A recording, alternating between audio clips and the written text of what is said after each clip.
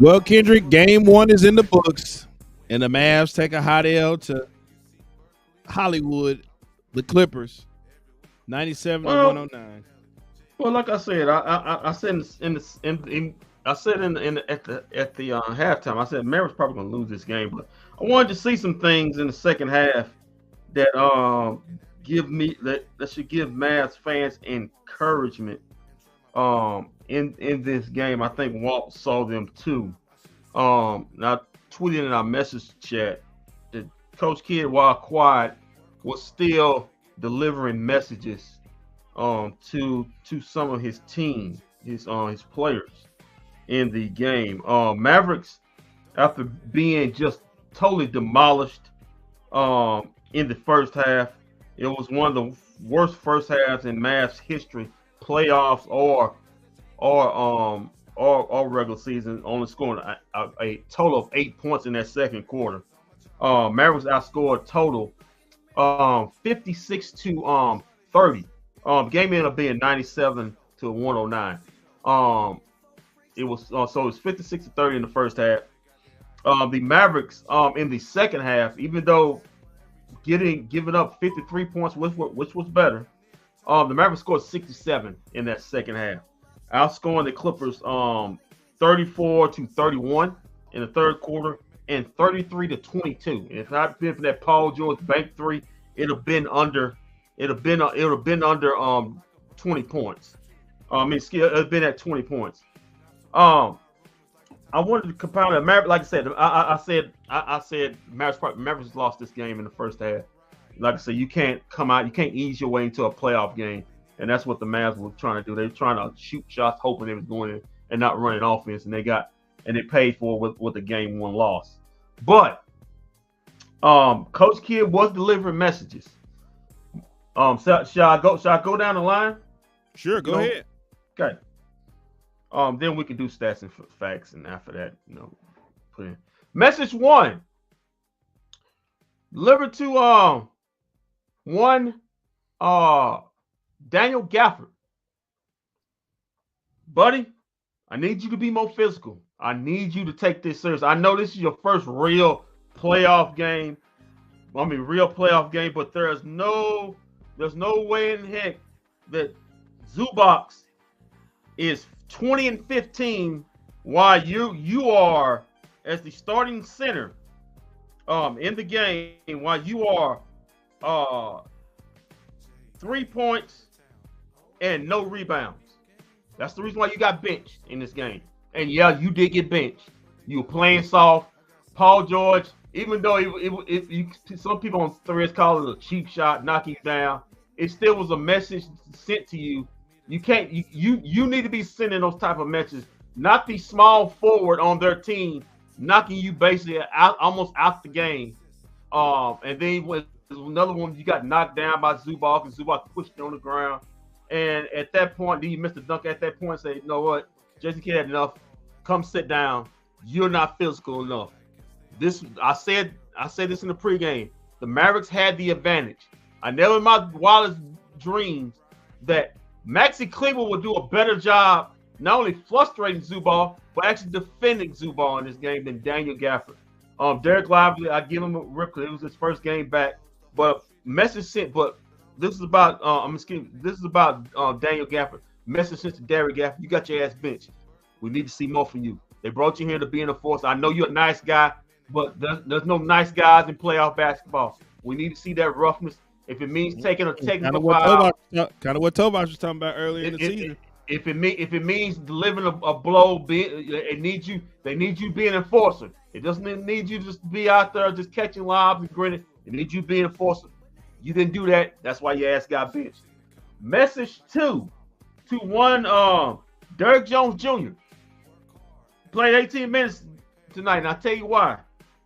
Because you were not only getting cooked by James Harden, you were looking to get cheap fouls in a playoff game. The one time he knocked you down, yeah, they could be called, but they're not going to call that because they looked at it more as a flop. Then happened again. Just Kidd sent you behind on the bench.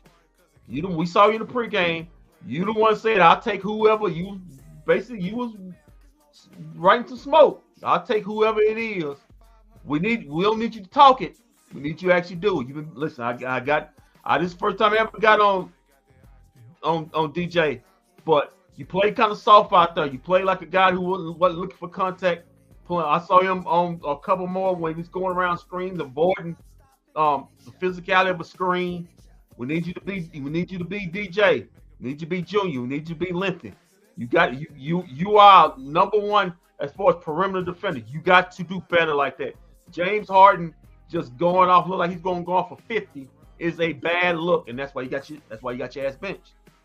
And that's the reason why. And if you look at it, Luka did a better job at defending James Harden than you did.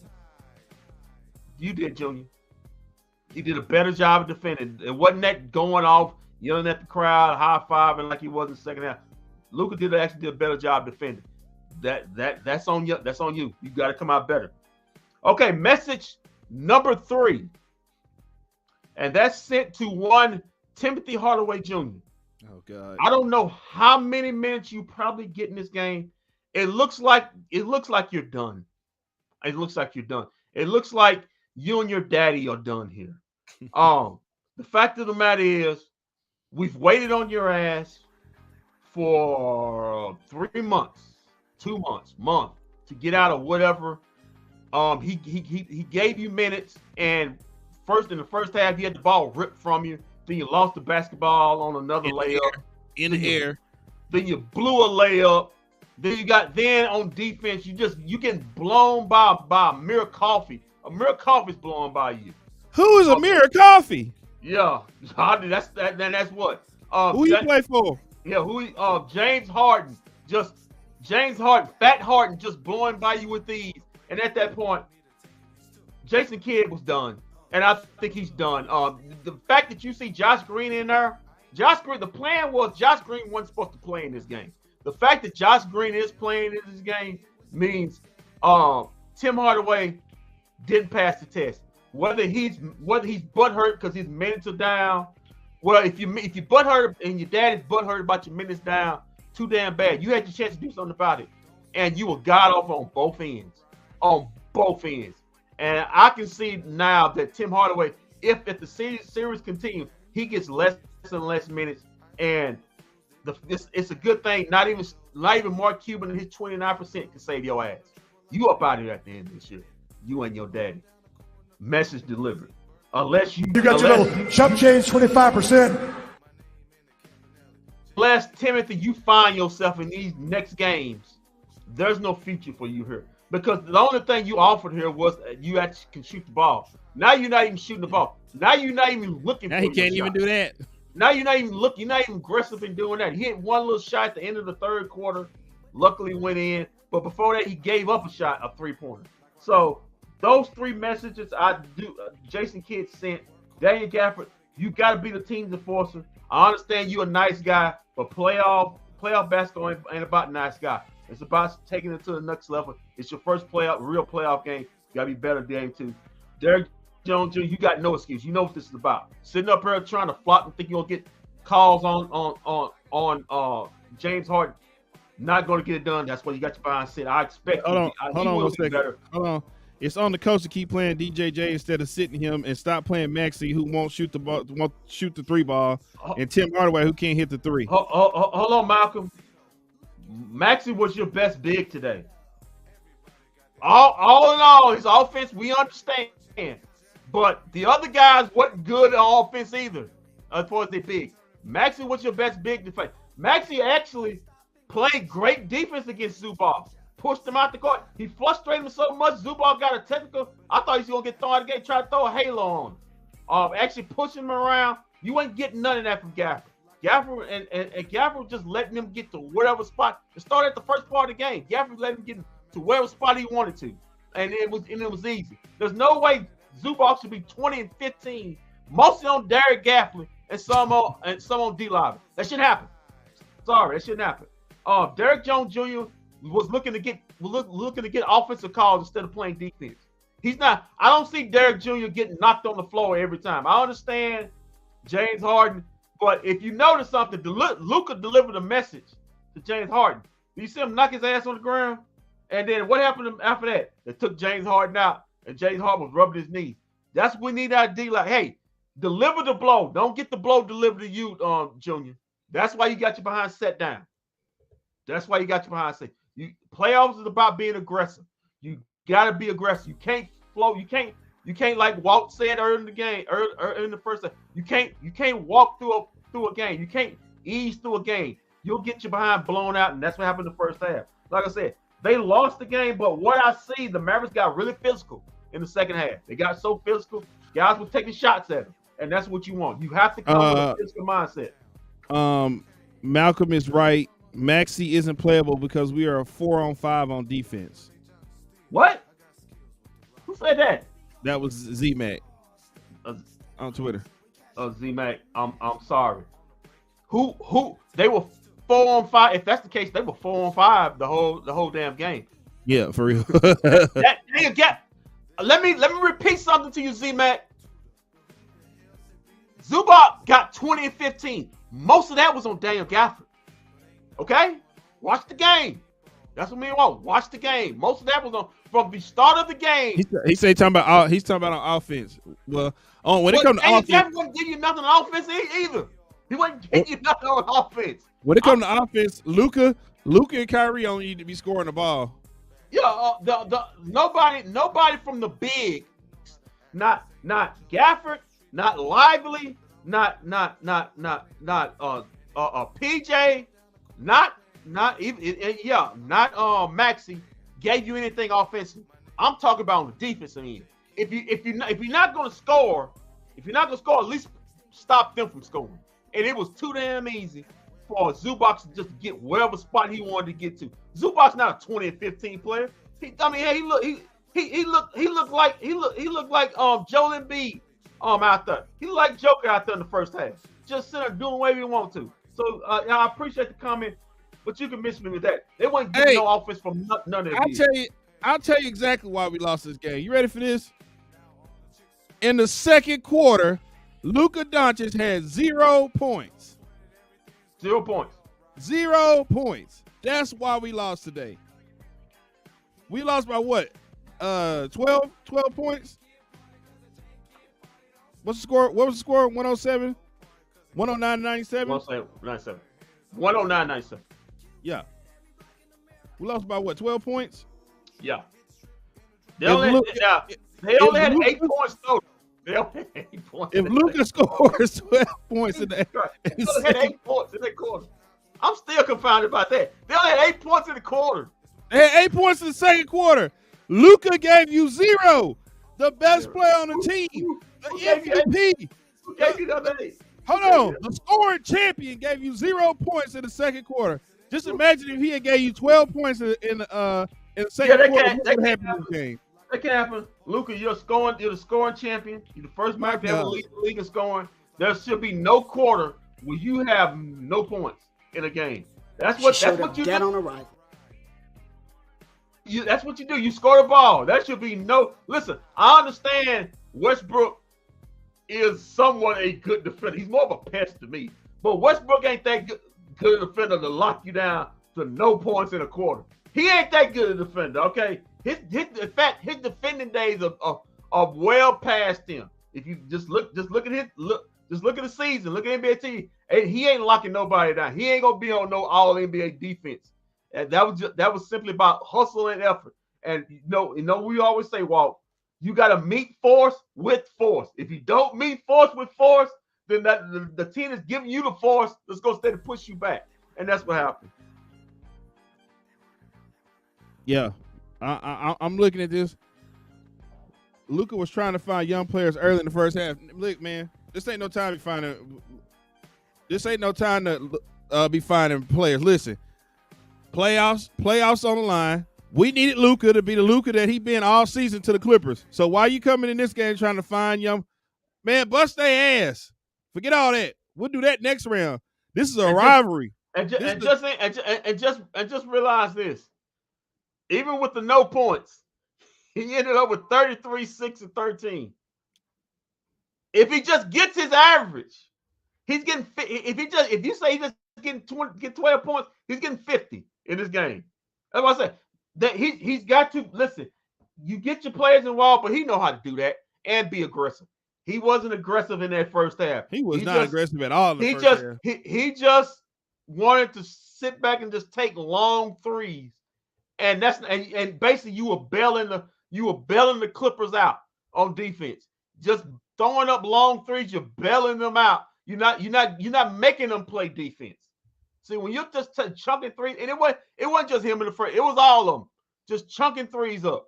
You're bailing the clip. If teams that like to shoot chunk threes, you're bailing the team out if they don't go in, because they're gonna let you chunk them threes up, because it's a 50-50 that it goes in. And at the end of the day, like I said in the the pregame, you're gonna shoot 35% at best from three anyway. You're at whoever guarding Luka. Luka is 6'8", 245 pounds. Unless they put a center or a real power forward, he's the bigger man. He's bigger than Paul George. He's bigger than Russell Westbrook. He's bigger than James Harden. And if Kawhi comes back, he's bigger than Kawhi. I agree with Walt. Bust ass. He's the bigger, stronger man. Do you think that was the game plan coming out? No, that wasn't the game plan coming out. That was the game plan coming out. Look, Jason Kidd, what Jason Kidd always say? Listen, when he starts getting on teams with a 3-point shooting team, remember he used to say that? He's not giving the Mavericks credit. And probably in the post game, we went back. He probably gonna say we went back to being a 3-point shooting team again. He's doing that to criticize his team. He wants this team going in, moving the ball. If the three's open through the motion of the offense, fine, take the open shot. But they were just bad contested threes or just 30-foot threes because you didn't want to take the ball in and get touched. The Clippers will let you do that all day. That's making it easy for them. All right, well, I'm gonna let you get to the stats and facts real quick. Okay. I'm still trying to find the highlights. Highlights? Well, yeah. Not the first half. Jesus. They have scored 8 points in the quarter. In a playoff game. Good Lord. Okay. Good Lord. Let's get just overlook that. I can't do it. Overlook that. I can't do it. Trust me, when you get to them talk shows tomorrow, they ain't gonna overlook it. They gonna be well not overlooked. Okay, let's get to the stats and facts. The Mavericks ended up shooting 39% for total from the game. Remember, they shot 22%, but they shot it way better in the second half. So they ended up shooting 39% from the field. The Clippers shot 46% from the field. Also, the Mavericks shot 10 of 33 from three. That's 30%. You're not going to win a game shooting 30% and shooting 30% plus from the field and 30% from three.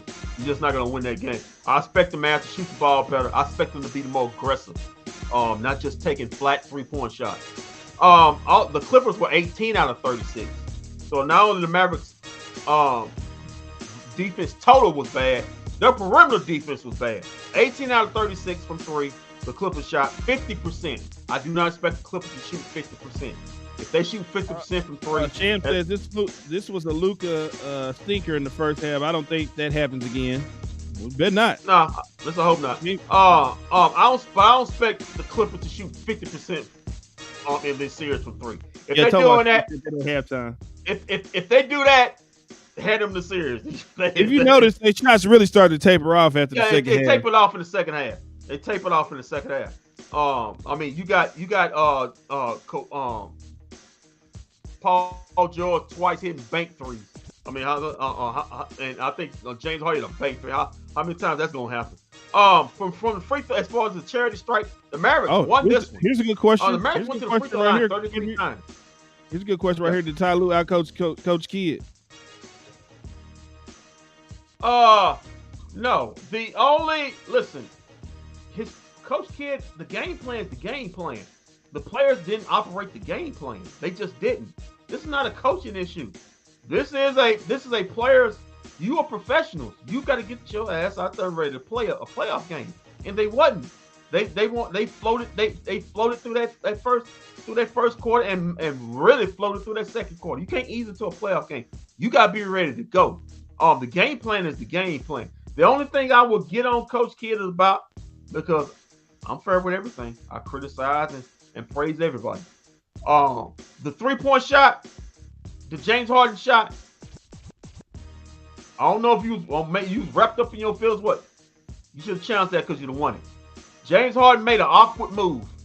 There's no way James Harden sticks his leg out to the left, and then also you see Maxey going straight, and then he clips his leg, and that's a foul.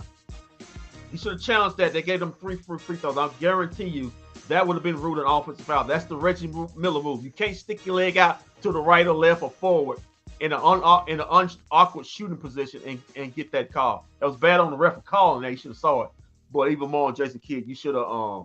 You should have. Yeah, I don't think that really changed the. No, it doesn't change anything. But he should have. You got to challenge that. I guess I kind of get it, but then again, I don't. But anyway, let's get into the stats fact. Okay, rebounds. I'm sorry, free throws. The Mavericks were 25 out of 33 from the free throws from the charity stripe. That's good. They went 33 times. You know, they missed us. They missed 8 of them, but they went 33 times. So keep that up. Get it up to 85. They'll be fine. It's Kendrick, I hate to interrupt you again, but I'm really getting tired of seeing this. His hands in his pockets. He's not fighting for his players when the referees. Dude, he already told you why he's not going to do that. What is it? What good is it going to do for him to go off? He's the coach. He's the one guy that got to be level-headed. He's already got a player. He's already got a player that fights with the referee every 5 minutes. Malcolm, let me ask you a question. You just see me read the stats off. The score was 56-30. At the end of the game, that's a 26. That's a 26-point halftime deficit, right, Walt? Yeah.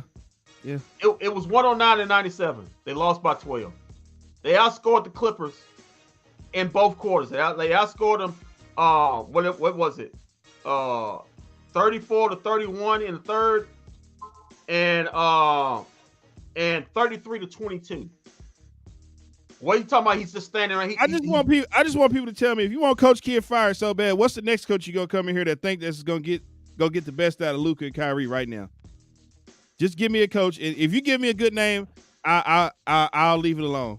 But nobody has. Every time I ask a question, everybody, you get somebody. Okay, well, who is it? You give me a name that sounds feasible, and I'll leave it alone. But right now, you have nobody. And the fact they have somebody. Have Coach Kidd. Okay. I'm talking about right now. I'm talking about right now, ready to go that you can get. Okay, but the fact of the matter is. Listen, Steve Nash. Yeah, go get Steve Nash. Hell no. Okay, I thought so. You must want Kyrie to leave. But the fact of the matter is, he made adjustments. He had guys accountable. Like what you listened to me in the first part of his post-game show, Malcolm. Daniel Gafford got his ass benched. Derek Jones Jr. got his behind benched. Tim Hardaway may not see the flow. Just seeing Josh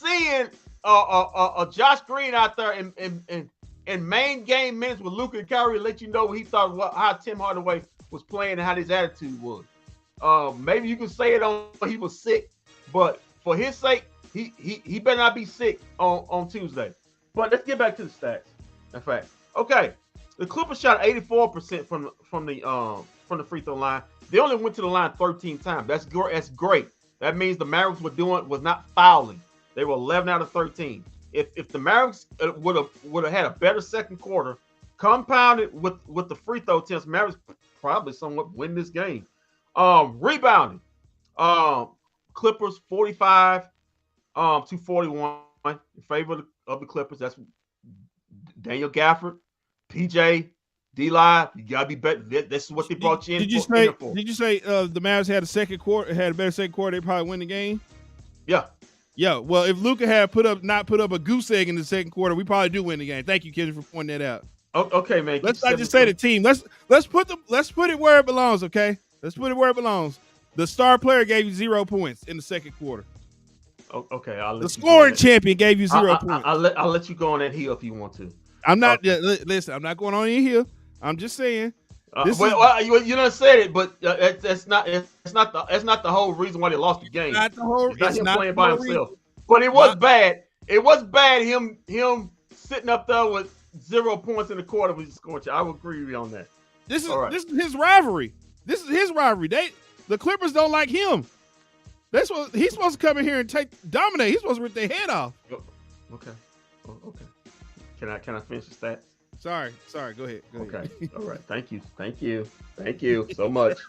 You starting to interrupt me more than Trump does a courtroom with his words and his gas. Anyway, luckily I'm not in the room with you. You would have been ashamed of yourself. Yeah, that's what your lawyers and everybody in that courtroom should say when you passing gas every 5 minutes when you sleep. But anyway, let's get back to the stats. Like I said, the Clippers out-rebounded the Mavericks 45-41. Zubac had 15 of those. That shouldn't happen. Offensive boards, almost even. Clippers had 10 of those. Mavs only had 9. Clippers from the jump was getting offensive boards. That's some of the reason why Daniel Gafford and Derek Lively didn't see much action as they thought they would. Assist, bad. Too much one-on-one. Bad shot making, especially in the first half. First quarter, my God, they just came out just, hey, I'm gonna put this up. You shoot it down. The Clippers, who are not a good assist team, out-assisted the Mavs 21-14. Steals in favor of the Mavs 7-5. Blocks in favor of the Mavs 9-3. Most of that on D-Live. He had to do a good job with blocks. Actually, the Mavs toned down the turnovers. Only had 9 of them total. The Clippers had 14. The total out. So the Mavericks only had 3 in the second half. The Clippers ended up with 8 points off those turnovers.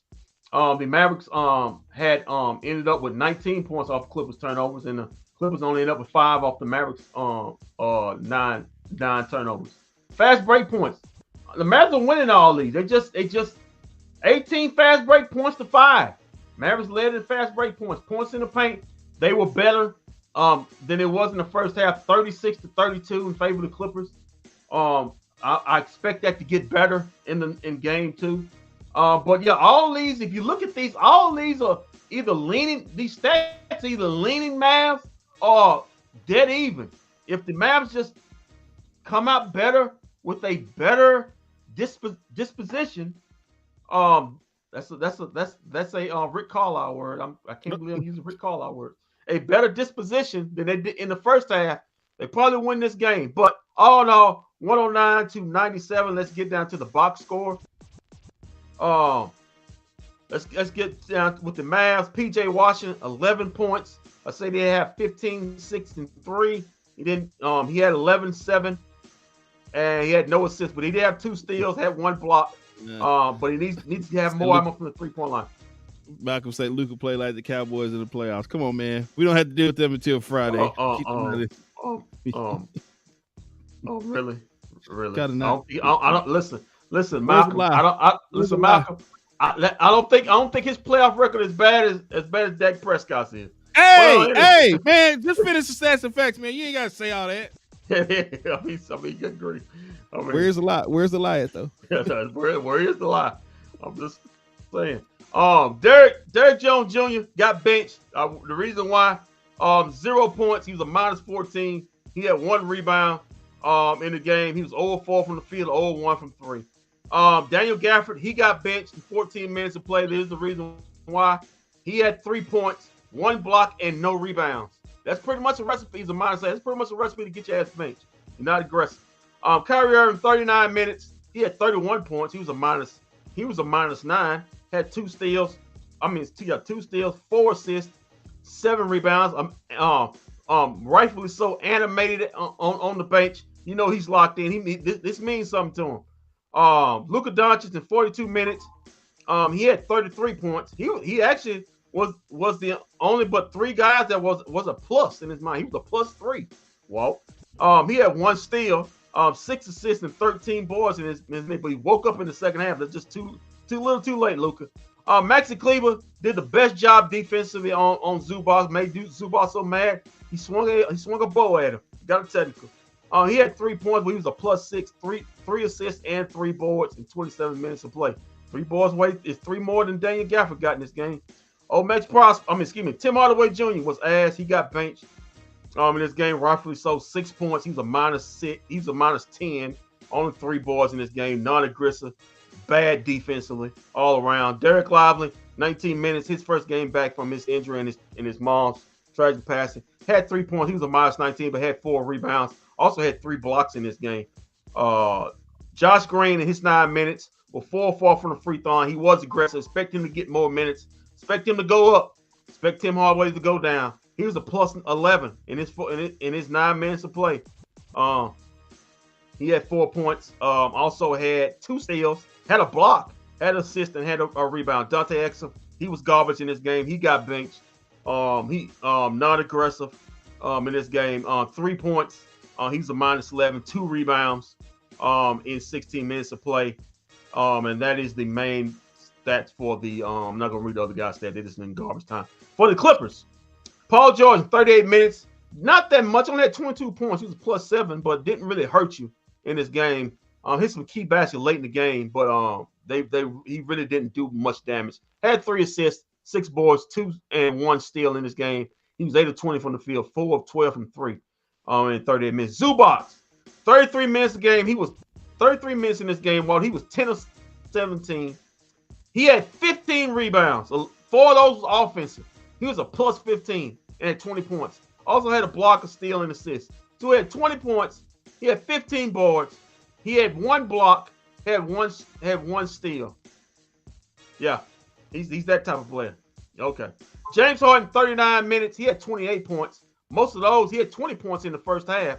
Luka did a great job of guarding him in the second half. And Derrick Jones got benched because of it. He only ended up with 8 points in the second half. He was a +7. He had 8 assists, 2 rebounds, and 2 blocks. Terrence Mann didn't do much. He had 13 points based on corner threes, 39 minutes. But he had 9 boards, 2 assists in this game. He was a +12. Amir Coffey, 25 minutes. He had 6 points in this game, 3 rebounds and an assist. Jason Plumlee, 2 points. He had 5 boards. The backup center had more rebounds than the starting center. Wow. Russell Westbrook, 23 minutes. He had 13 points. Most of that was in the first half. He did nothing in the second. He hit 1 3, but he bricked the last 3 shots of it. Ended up with +9. Had 4 assists, 4 rebounds, and a couple of steals. And Norman Powell Norman Powell uses a Mavs killer. Didn't kill the Mavs and then didn't need to. 30 minutes. He only had 5 points, was a +5, 1 assist, and 1 rebound. And that's your stats and facts of the game. Walt and Tobias. Brought to you by me, myself, and I. And Walt did push some buttons, and Tobias ended up walking outside. So they did something. So I can't clown for that. Back to you, Walt. Oh, now let's go over to Tobias here. He had said it looks like he's at Texas Live or Boomer Jacks somewhere. We can confirm he's out in the streets. Yeah, this game it is Boomer Jacks. I was right. It's Boomer Jacks. This game was so bad, Tobias said I had to go to Boomer Jacks. I think he's going to the Rangers game tonight. Okay. No, the Rangers in Atlanta.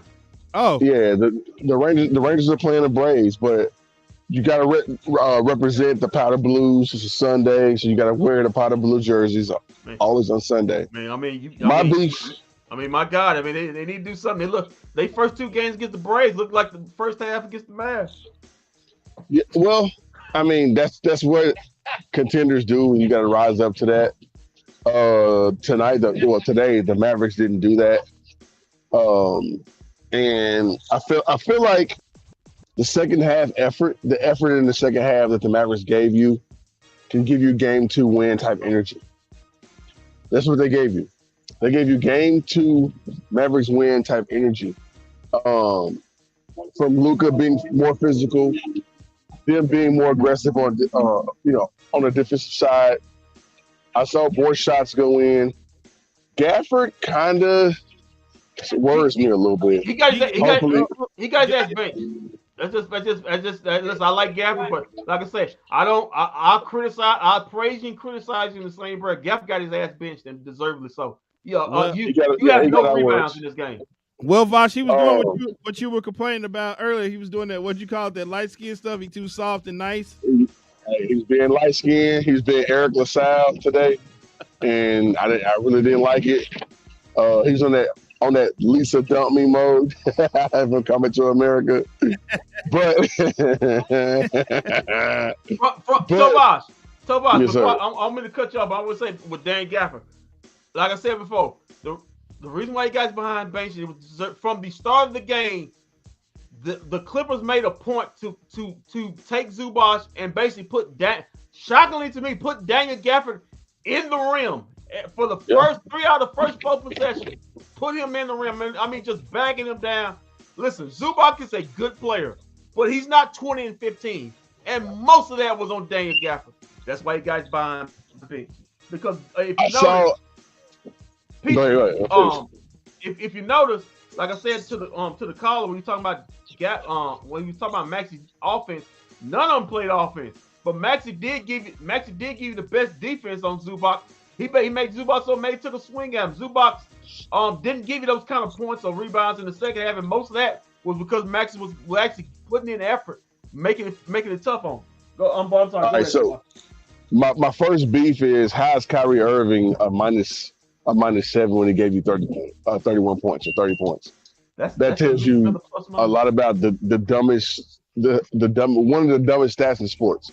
All right, that aside, okay. So just watching the game, and I actually tweeted this out. I was like, well, give the Mavericks let the Mavericks cut it to 13 points, and now we have a game.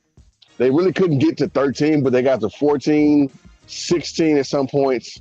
But the Clippers shooting the way they did, congrats, like Clipper fans, congrats, because you probably won't see that shit for the rest of the series, bro. I'll tell you why, Tobias. I'll tell you why. Russell Westbrook was 3 out of 4 from threes. You'll never see that again. They're gonna think so in game 2. The Clippers are gonna believe that they can actually do that for the whole series, and that's the way sports go. Like they think that you can actually carry that momentum into game 2, but you probably won't, and you probably can. And then Tyrone Lue has to scramble now and figure out ways. Sure, you had a week and a half to prep for the Mavericks, and kudos to the Clippers. They prepped for the Mavericks the correct way. You had over 10 days to prep for this team, and you did. They took care of business on their home floor in game 1. Yeah, that's fine and dandy. The series still hasn't started yet, and the old adage, the series doesn't start until a road team comes in and pretty much wins the game. I see that happening on Tuesday. I see the Mavericks coming in, shooting a lot better in both halves, not just one half of abysmal basketball, and that's what we saw today. They tried to play catch up in the second half, and it really didn't work. But what you also saw was the Mavericks only lost the game by 12 points. The Clippers never took their foot off the gas. They kept playing hard, and I was trying to pay attention to that because, like LeBron said on the JJ Redick show, what was it? The Old Man and the Three, the little podcast, that they do. LeBron said, "Do a little you can also." Now everybody else has got a little podcast.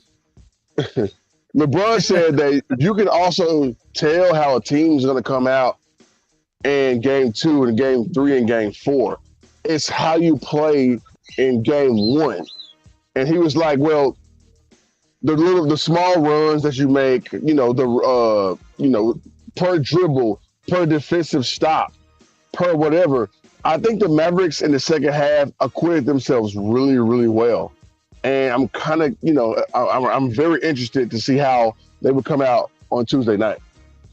Yeah, the Mavericks, like we said, they outscored the Clippers 67-53 in the second half after being outscored 56. Say that one more time. One more time. The Mavericks outscored the Clippers 67-53. They put And up the final 50. score was a 12-point deficit. 12. It was a Yeah, 12. Right. It was after 12 being points. after being down by 26 in the first half. Listen, Right. that, You like we overcame said, that. like we said, there's no way I can believe the Mavericks are a 30-point half scoring team. That Right. was much of a farce anyway. And if Clipper fans are believing they can hold the Mavericks once again at 30 points in a half, then they've already lost this series before it begun. They're wrong. Yes. Like you said, Tobias, I kind of stepped away from what and look and kind of watched the game because I wanted to see things that in the second half, just little baby steps to notice that the Mavericks their disposition in the second half. They were way more physical. They rebound the ball way much better. The Clippers field goal percentage went down. If you notice the shots James Harden in the second half. the James Harden. Give Luka credit. Luka guarded the hell out of James Harden in that second half. Not if you notice, he knocked his behind on the ground, and in the middle, James Harden asked out to get the lead because he was holding his knee. That's sending the message. They did a better job with James Harden. Only had 8 points after having 20 in the first half. Westbrook. Yeah, I just seen that. What you're talking about right there, Kendrick Zubac. What was that one play after he blocked Paul George? He got the ball and put it back up. It's like, bruh, like, come on, man. Yeah. What was I? Okay. Westbrook hit all his threes in the first half. In the first half, he hit 1 3 in the second. It was 3 out of 4. But that last that would hurt. That would hurt. That last 3 he took was more Westbrook. That brick he took. Expect to see that. If Westbrook, I'm gonna say it again. If Westbrook's gonna go 3 from 5 or hit 4 threes in a game, you gotta clap your hands. But I don't think he's gonna be shooting 50-something% from 3 in a game. I just don't believe it. So if Malcolm, does Lively start the second game? No, I wouldn't. No, Daniel Gafford's gonna start the second game because he's gonna get chewed out. He's gonna get chewed out tomorrow when they go through the field. He's gonna question. He's gonna and listen. He know he was soft.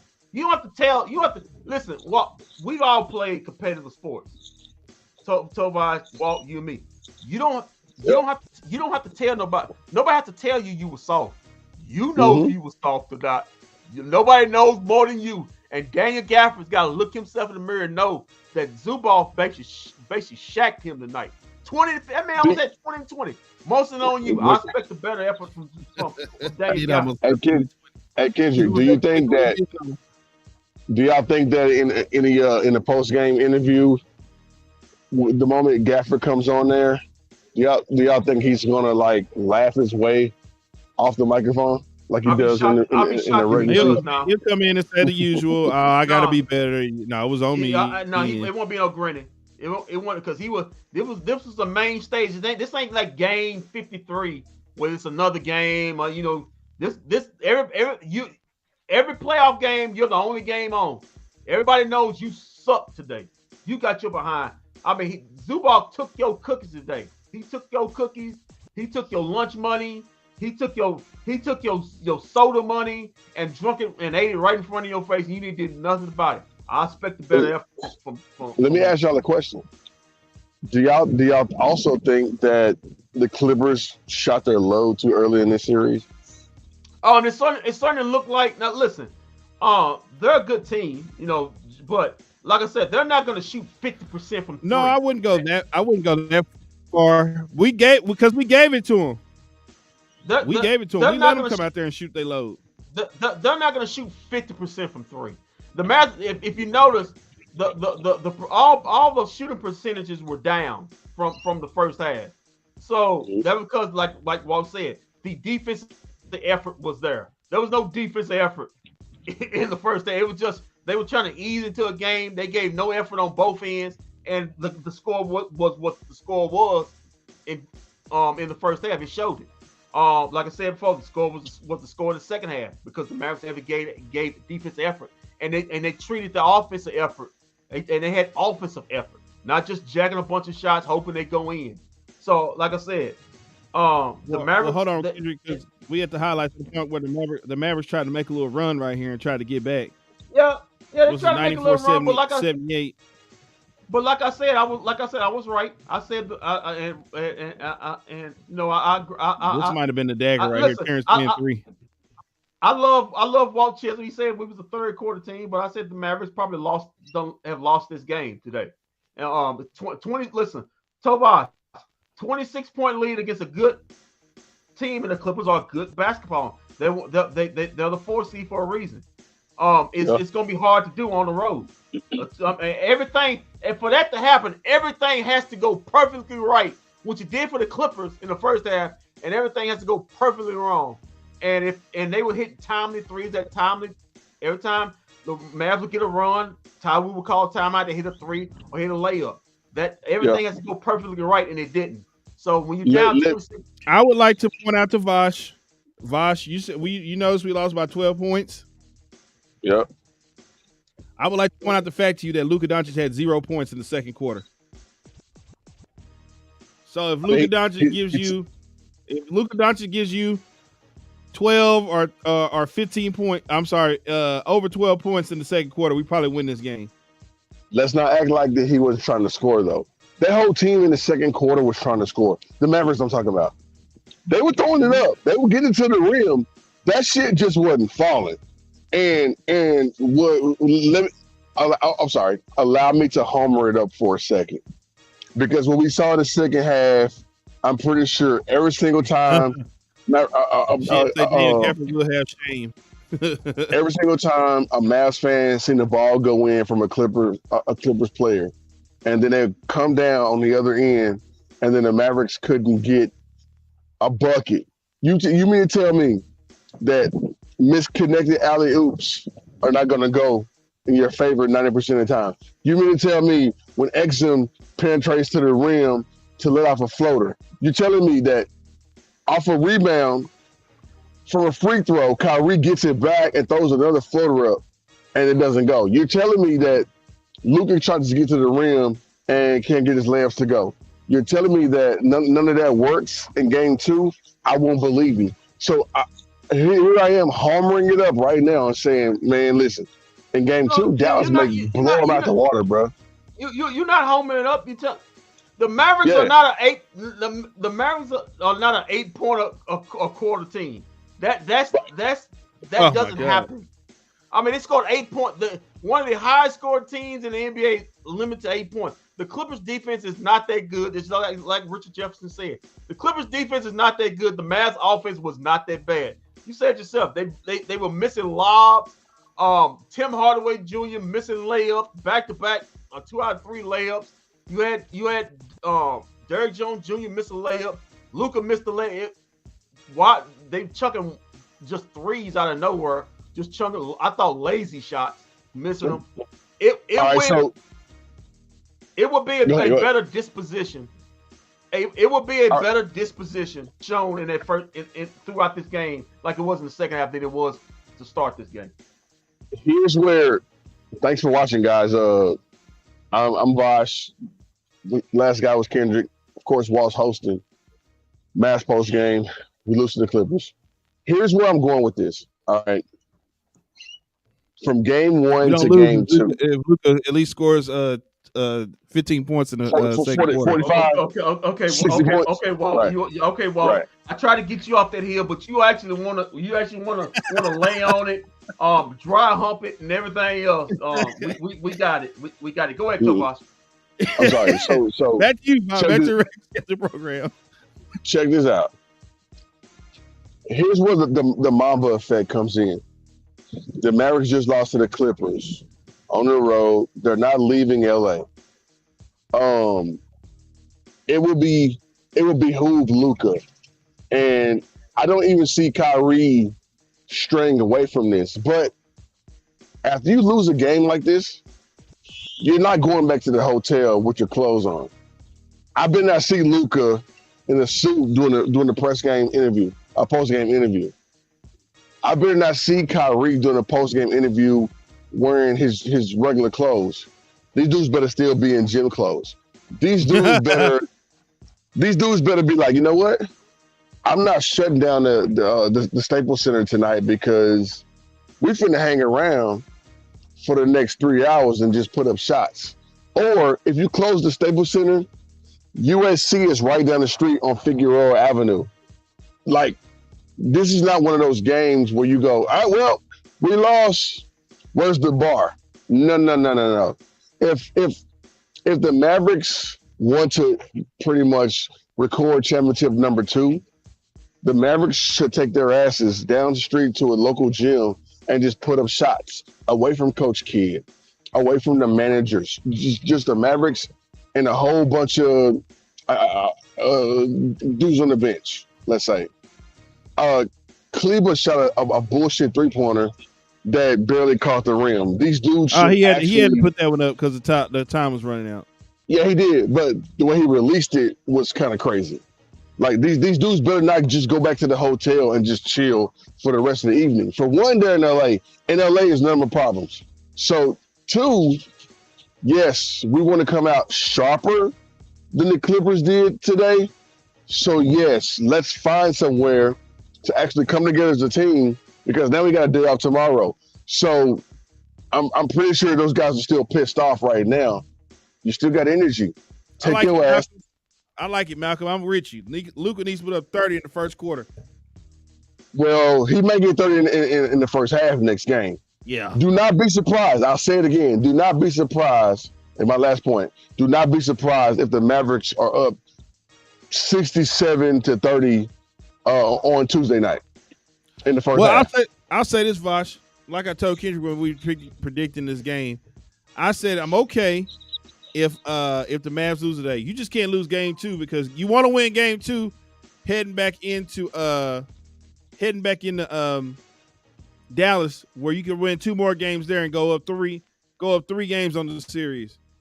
I don't see him doing that though. I see the series being tied 2-2 going back to LA type stuff. I don't really see the Mavericks or losing on Tuesday. If y'all lose on Tuesday from a Kawhi buzzer beater or some Westbrook freak play or some Paul George and one at the end. Like being down 2-0 going home is still fine. You know what? Tobias, you're not gonna see Kawhi on Tuesday. No, because now you borrowed the game. So if they'd lost, you saw Kawhi on Tuesday. I got you. That buys them another game. Yeah, there's no rush. There's no rush to put them out there. Now, if they lose Tuesday, the more wins they get, the less you're gonna see Kawhi. See him. It's gonna be. I'm telling you, on Tuesday it's gonna be a blowout. So Kawhi will be a game 3 at the AAC. Just be ready for it. Yeah, and I said that you're not gonna see him. You're not gonna see him because first of all, he's still not doing contact drills. And that's something. If you're not getting physical contact, you might not see him in game 3 either. Then anybody just shoot the ball, but you have to go through contact. But even that, they're not gonna let him go through contact. They're gonna keep. Well, we got game 1. Even if we lose game 2, we can game 3 is on Friday, so we can push him off another week. And then just give them more rest. So Walt just said it. Walt just said it. He was like, you may not see Kawhi in this whole series. Fun fact: Kawhi hasn't played in the month of April. Right. I heard that. I heard that fact, and I was like, wait, what? But yeah, he haven't played since March 29th. Right. So yeah, actually, Kawhi rest in peace. Rest in peace, Kawhi Leonard. Well, what did we say? His knee was dead on arrival. His career is probably basketball dead. His right knee was dead on arrival when he got there. But anyway, like I said, 109.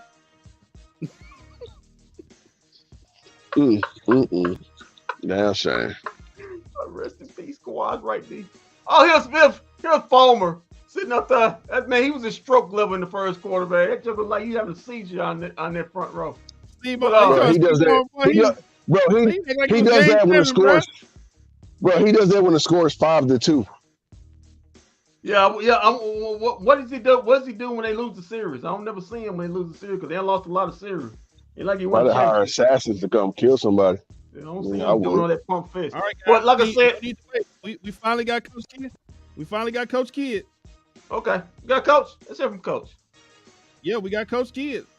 Some people just saying It is finally up. Yeah, We can find out. ain't playing. We can He's find just out watching. what the game plan was or what was going on here. How long is it walk? Pause. Let's see how much of a blabbermouth he. 7 minutes and 13 seconds. Not too much of a blabbermouth tonight. Not playing. All right, go ahead. Do your thing. Not really a whole lot for him to say. I mean, we watched this game. Some All right, people here might goes say he did too. Malcolm will. Yes, Malcolm. Malcolm said he did. Jesus. All right, here goes Coach Kidd. Get your hands out the pocket. What do you attribute the slow start to? Yeah, I thought we did dig ourselves a hole. Positives that we kept fighting there in the second half. We expected the Clippers to come out and be physical. We just didn't respond in that first to their physicality. And I thought, again, in the second half, we were a little bit, the team that we ended the season with the physicality. And then, again, if we're not making shots, I thought we did a great job of keeping them in that second quarter to 22 points, but we couldn't throw it in the ocean. We missed layups, free throws, we missed wide open shots. But to hold a team that's talented like that to 22 points was a positive, and that's what we talked about at halftime. Jason, Brad Townsend, Dallas Morning News. When you're talking about the physicality and the start of the game, how big of a factor was Zubac in that? Yeah, Zubac was big. He dominated here in game one at the center position. They played to him in the post, and we didn't have an answer. And so we have to be better. We talked about Zubac and the abilities that he has when shots go up, rebounding. We had to make sure that we sent two to him. But in the post, he hurt us. And so we got to do a better job of guarding him when he's in the post. Tim McMahon, ESPN, related to that, obviously Gafford didn't make any real impact today. Got in early foul trouble. We've seen the impact he's had on this team. Why do you think he wasn't able to, get his fingerprints on this game? It happens. The first playoff game for this group could be nerves. But give the Clippers credit. They were the better team this afternoon. Again, foul trouble, missed shots. It's part of the game, and that's what happened to us. So our job is to find a way here to get a split here on Tuesday. We understand that it wasn't our best effort, this afternoon, but just knowing that we know where we have to fix some of the problems, and the center position is one that we have to be better. Mike Curtis, Dallas Morning News. 20 points from Kyrie in the third quarter. He made all 8 of his field goals. After struggling kind of in the first half, and he's able to kind of turn up the notch in the third quarter. How can he take that into game 2 and kind of bottle it up? Yeah, I thought, for us offensively, we had some great looks. We just didn't shoot the ball straight. Give the Clippers credit. But I thought Kai came out in the second half, and I thought he set the tone offensively, being able to get to his spot. And that, I thought, then settled everybody down, and I thought we started to play the game that we wanted to play there in the first half. Tim Cato, The Athletic. Jason, you've referred to the regular season in the past as a test tube or a laboratory. I'm guessing the playoffs is different. This is kind of what you're building to. That said, when you make that many second half adjustments, and what does that do to a series? Now that you guys have seen some success with them, but they've also kind of seen your next moves. Well, just understanding we have to be better. Again, we took care of the ball. We didn't make shots. We're a team that we believe if we get those same shots in game 2, hopefully that puts us in a better seat. But again, our defense kept us in the game. But again, in that first half, our offense, we got stuck there in the second quarter. And that's something that we'll talk about, and hopefully we can be better in the next game. Dwayne Price, Mavs.com. it made 18 three-pointers, shot 50% from three-point range. How do you contain that going into game 2? Yeah, I think when you look at Harden and PG, those guys were 10 for 23. We got to do a better job of keeping those guys inside the line. Harden got going there in the first half, but just understanding they're talented. They're not just going to cooperate and let us do that. So, but we got to be better. I was going to ask, what did you think about the quality of looks that Harden got? Like, forget make or miss. What did you think about the quality of looks he was getting from three? They were good. He got good looks. We fell down or he got to a step back. And so just as we talked about it before the game, he's seen every defense and he got in a groove there and he knocked him down. Rashad Miller, Dallas Weekly. Of course, the backcourt did what they had to do, but what were some other positives you saw from the team that could kind of help in the next game on Tuesday? Second half. We got to play like that in the second half. Just understanding no one quit. We continue to work the game. And we had some opportunities there to get it, the lead cut down. We turned it over or we missed a three. So I like the way that we played there in the second half, and we got to build on that. There's a lot of talk coming into the series about the stars, and you said that there would probably be an X factor, and that was maybe Zubac today. But your stars ended up with good numbers. Do you feel like they were assertive early in the game as you would like them to be, or do you think maybe they were trying to get other guys involved? No, I thought they played their game, understanding that they got their numbers and they scored.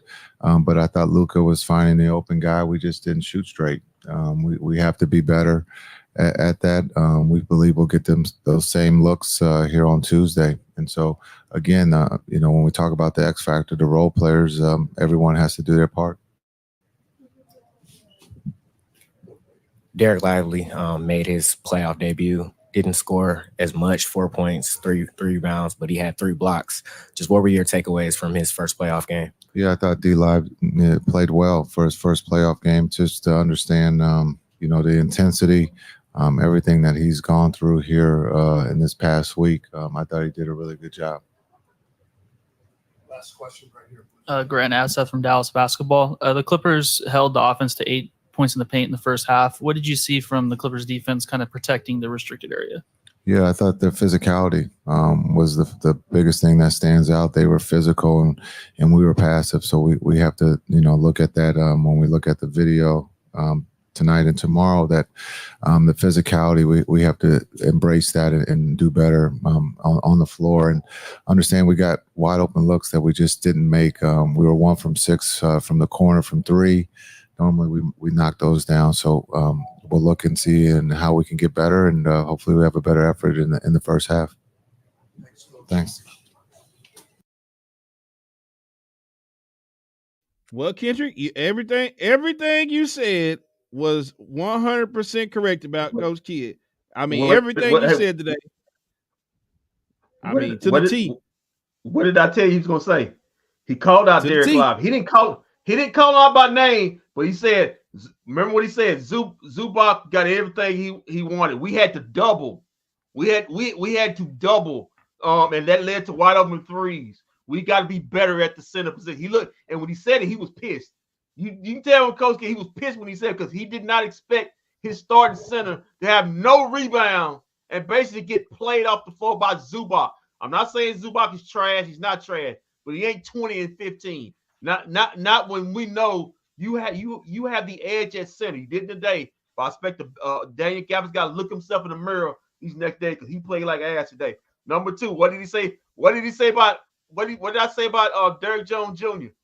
He basically called out there. What he said about James Harden. We had guys falling down.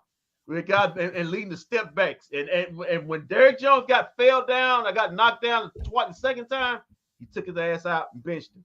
Listen, you got to play tougher than that. You got to. See what I'm saying, Sam? See that kind of shit right there.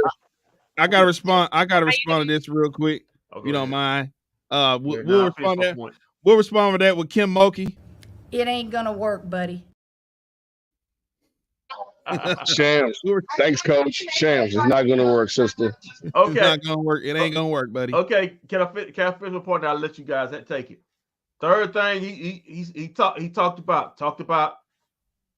the first half disposition. Listen, we talked about this.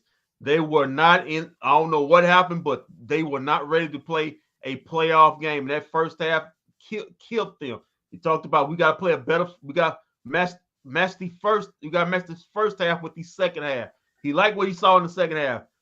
The first half, he know his team is not going to shoot like that, especially in the second quarter. He talked about we couldn't shoot straight. They had looks there. They couldn't hit the bottom of the ocean.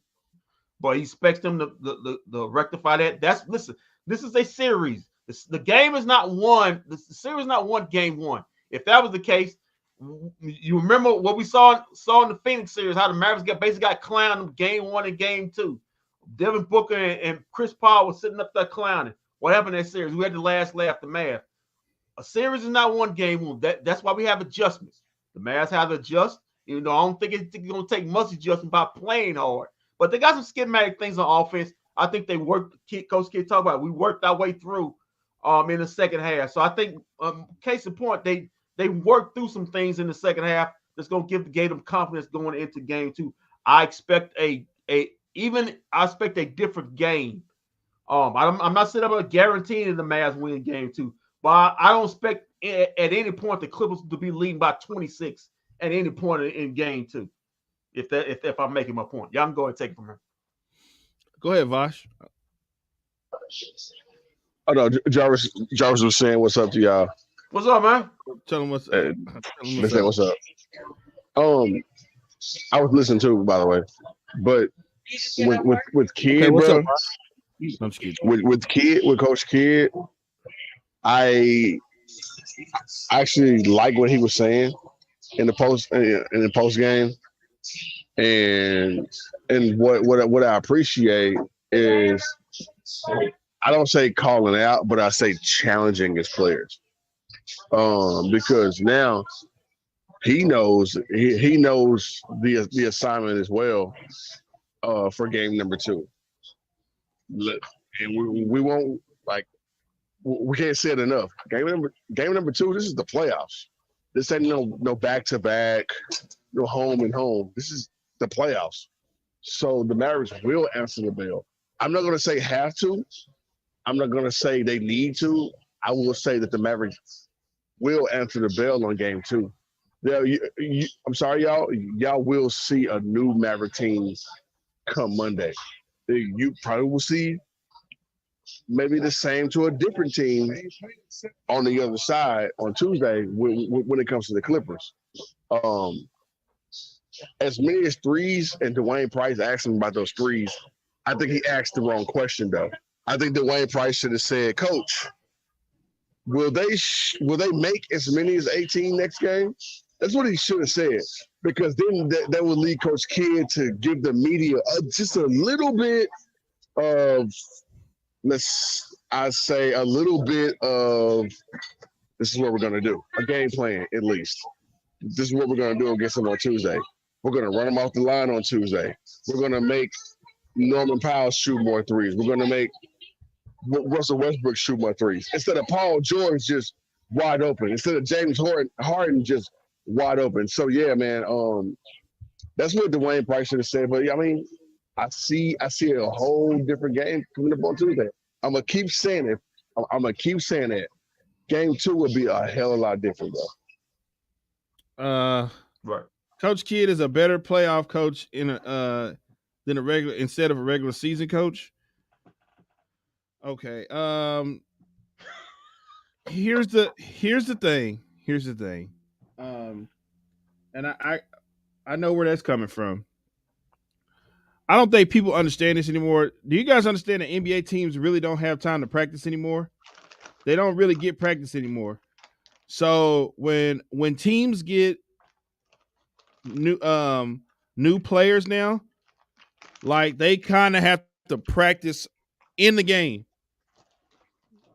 You know, that's the impact. So I'm saying it to say, when a new coach gets new players and they have to insert them into the lineup and figure out who they are, They have to do it in the games now because of the way the schedule is. They don't get to see them at practice to be like, oh, this guy fits good with this group. This guy feels good with that group. Now they have to figure that out on the road. On the back end of on the back end of I'm sorry, on the second half of the season, whenever a trade is made, like Malcolm, to deal with today. Malcolm, you actually just answered your question yourself. To the reason why Coach Kidd is a good coach, and Walt just compounded on it. In the regular season, these guys rarely practice. Because games are coming fast and furious. The playoffs is where your coaching is measured at. And last time we saw Jason Kidd took a under, I would say, my God, an offensively challenged team and defense to the West Finals when he had days to prepare. Listen, this is Coach Kidd is a good coach. At the end of the day, he did win 50 games this season. Won 50 games. 50 games that gets super ignored. It's the standard. We got some teams firing their coaches after 30 and 13. I mean, acting like I guess that team win 80, 82 out of 82. How ironic you talk about that, Kendrick? That team is on TV playing right now. Yeah, I'm just saying. So, hey, and guess what? They playing without the guy that got that coach fired. Yeah, so he took tail and ran. Well, it ain't the first time Giannis took tail. He did it last year in the series also. But anyway, but like I said, Coach Kidd won 50 games. His team won 50 games after dealing with a lot of injuries early part of the season. And like I said, I'm not going to overreact to game one. This is a series. The Clippers didn't win this series in game one. The Mavericks shouldn't have didn't lose it in game one. The Clippers have to get 3 more. The first to 4. It's not the first to 1. So I'm sorry, not bothered. I told you at the beginning of the game, they can lose game 1. Don't lose game 2. Game 2 is a spirit breaker. If you lose it, game 2 is a spirit breaker to me. You cannot lose game 2. Y'all mentioned also about practicing. Mm-hmm. Hold on, Walt. Game 2 will be at 9:00. Oh God! Tip-off time on TNT. Friday will be 8:00. Friday will be 7:00 tip time on ESPN. And next Sunday will be another ABC game at 2:30. Yeah. For game 4. Well, they get 2 days of travel. They get 2 days of travel after Tuesday. Yeah, everybody gets 2 days of travel. Wednesday and Thursday, and got to play Friday. Yep. Tobias, I don't know if you remember. Tobias, you remember back when in the early 2000s, that they used to play back-to-back playoff games. Yeah, but also that was like 5 games. So 5 games. Yeah, I know, but they were playing. I'm just saying because I remember the Mavericks and the Kings was playing back-to-back games. They would play the Kings 1 and 2 back-to-back, and they have 2 or 3 days off, and they play back-to-back with back-to-back in Dallas. I thought that was. I said that was crazy. But anyway, I was just thinking of that. Schedule makers. I mean, that's all nuts. What I'm saying is though, when it comes to practice, the Mavericks will have time to practice tomorrow. Yeah, because they're already in LA. Yeah, so like tomorrow they will have a practice. If not a practice, then a full shoot around. But they will have at least 3 to 4 hours tomorrow to practice. So they're going over film tomorrow for sure. Say it again. They're going over film tomorrow for sure. They can probably go over film tonight. You go film tonight, and then or tomorrow morning you have film tomorrow morning. We know coach is going to go over film tonight. You can actually practice tomorrow at 6:00. You will still have at least 13 or 14 hours of recovery time. You know, coach is going over film. Coach is most definitely going over film tonight. Right. So, like, I mean, you got time in LA from the next time somebody touches a basketball in white or blue. Like you're gonna have time to get a practice in. You damn sure will have time to not just for that, but to discuss matchups. There's gonna be time, at least 2 hours in the next 2.5 days to meet, actually. Right. So is THJ playing because of money? That is exactly why THJ is playing. Everybody playing for money, dog. No, he's saying is he playing? No, he said is he playing because he got the money he's making. Like That's we exactly always why say, he's playing. the money's on the floor. Oh, is he on the floor because of the money? Yeah. The money's on Yeah. the money's on the floor. Yes. I don't know. Mark, you saw Mark. You saw the kept looking at Mark Cuban. There's a reason I why. don't know about that. That's his guy. That's his guy. But hold on though. Let's not forget that THJ is pretty good against the Clippers in the playoffs. I mean, he did that. What was it? A couple of years ago, 2021 series, and one of those game 1 and game 2s, he had a damn good run, bro.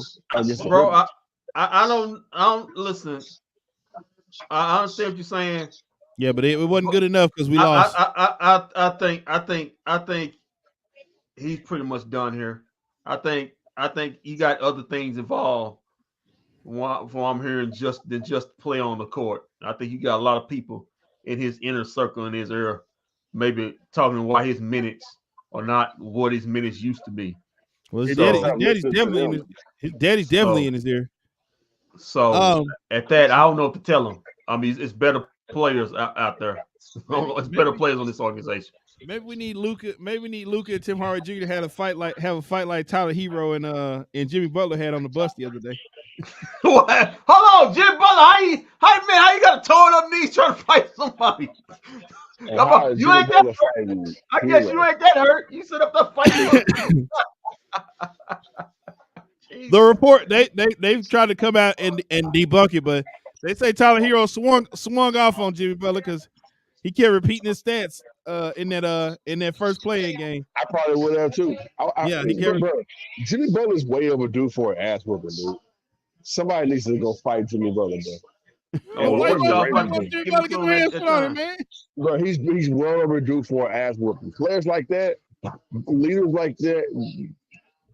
I mean, I'll say it. Sometimes they deserve their asses. He's trying to get the best out of his players. I mean, wherever he goes, he's done this, right? He's done this in Philly. He did it in Minnesota. Called him out soft. Don Allen's about to put them hands on him. We try to go out. No. I'm gonna say, Vosh, remember, this is the same guy that tried to fight his coach in the middle of a game. Told me. Yeah, Don Allen finna say, man, I choked that. Oh, you know. LaDon had told me, I'll beat your ass. Jim Butler sitting there looking around like, what? What's going on? No, you know what's going to go on. You finna get them hands put on you, boy. But anyway. He don't want to tell Eric Spoelstra we could box. Yeah. Box Eric Spoelstra say, what? You want to fight me? Get out of here with that. I got a quick question for both you guys. Go ahead. This is for both of you guys. Turn the camera to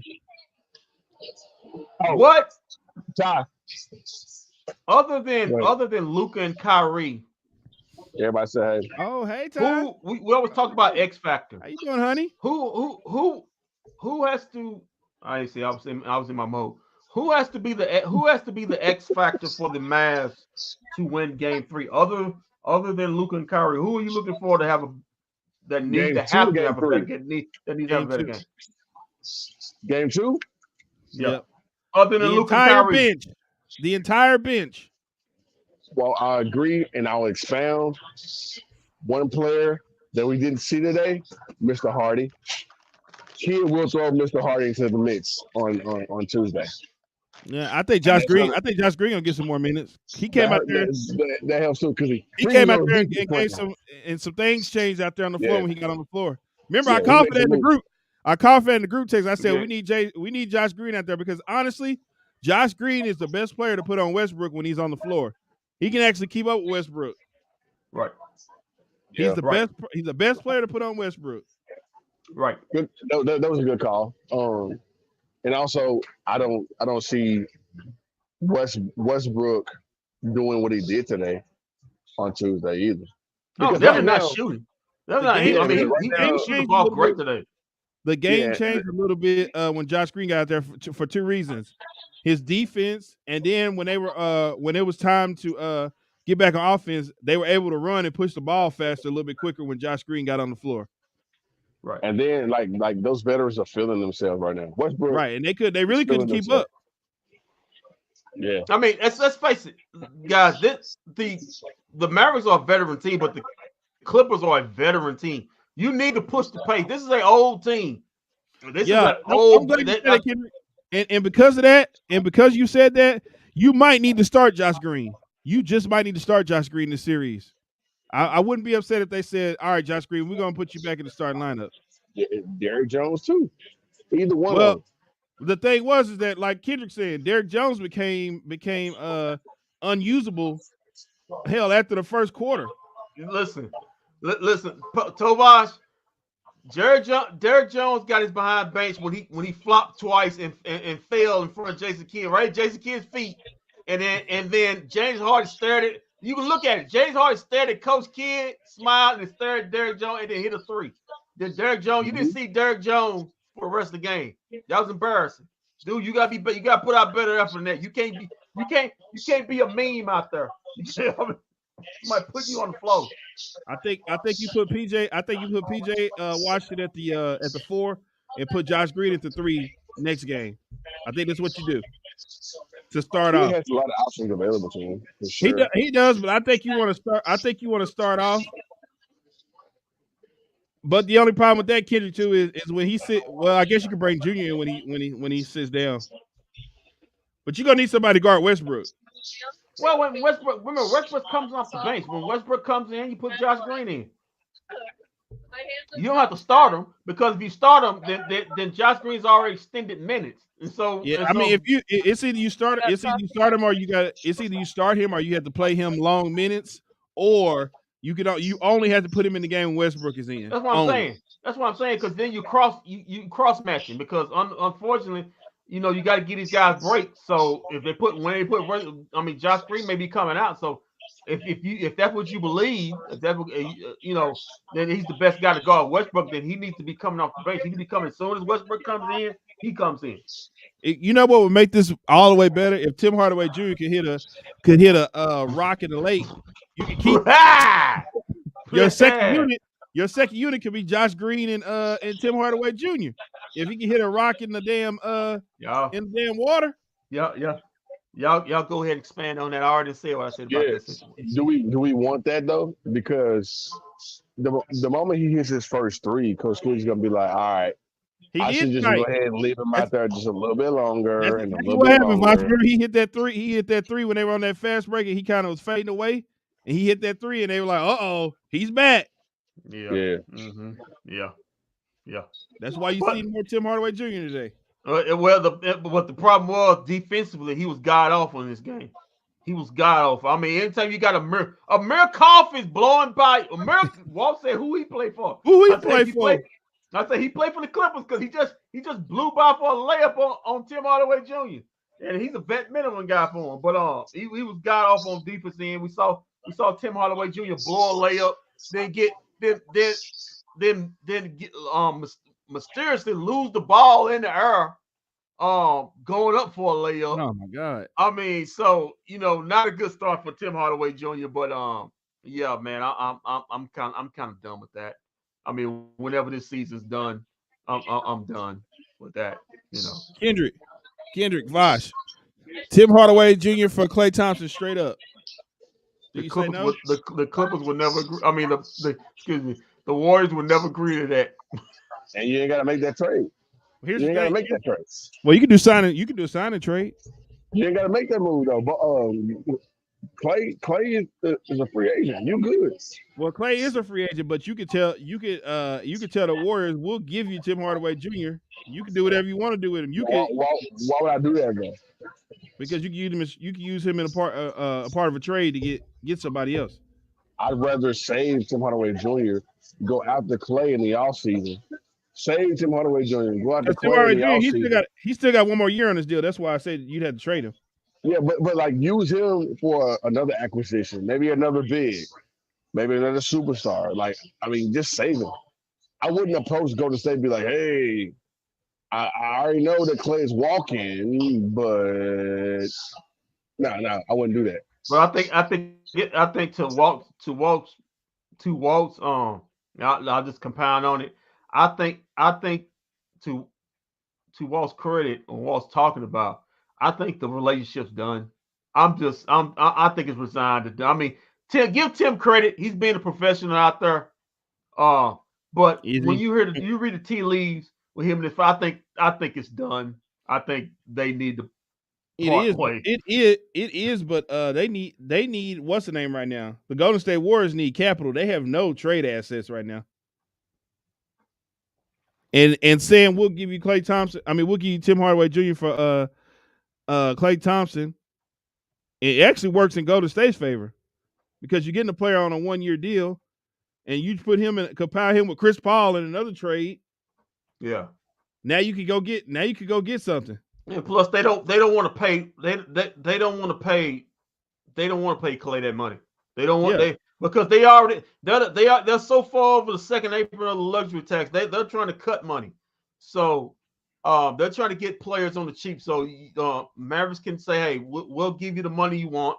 This will be our big three. We're going to go into the luxury hill with you, and we're going to give you money so you can be our third best scorer on the team." I get what you're saying, Walt. Let me see how much. He's actually supposed to make this next year. Okay, so on the last year of his deal, Tim Hardaway Jr. is supposed to make $16 million. Right. So you call up Golden State and we say, hey, for one, and this is 1 year. This is 1 year. For 1 year, we'll give you Tim. Let's do the deal with Klay Thompson. Because I mean, you think Klay Thompson's gonna get more than 16 mil at this point? Well, Klay Thompson's right now asking for just 20 a year. Yeah, well, he's lost that. So but no, before he was asking like, no, I want to be a max guy. Now he done went down to 20 million. Well, he's about to go down to about 15 at this point. Because after that playing game, he scored no points in that game. He scored no points. That really hurt him. His stock is very low. Right now, but you can buy very high.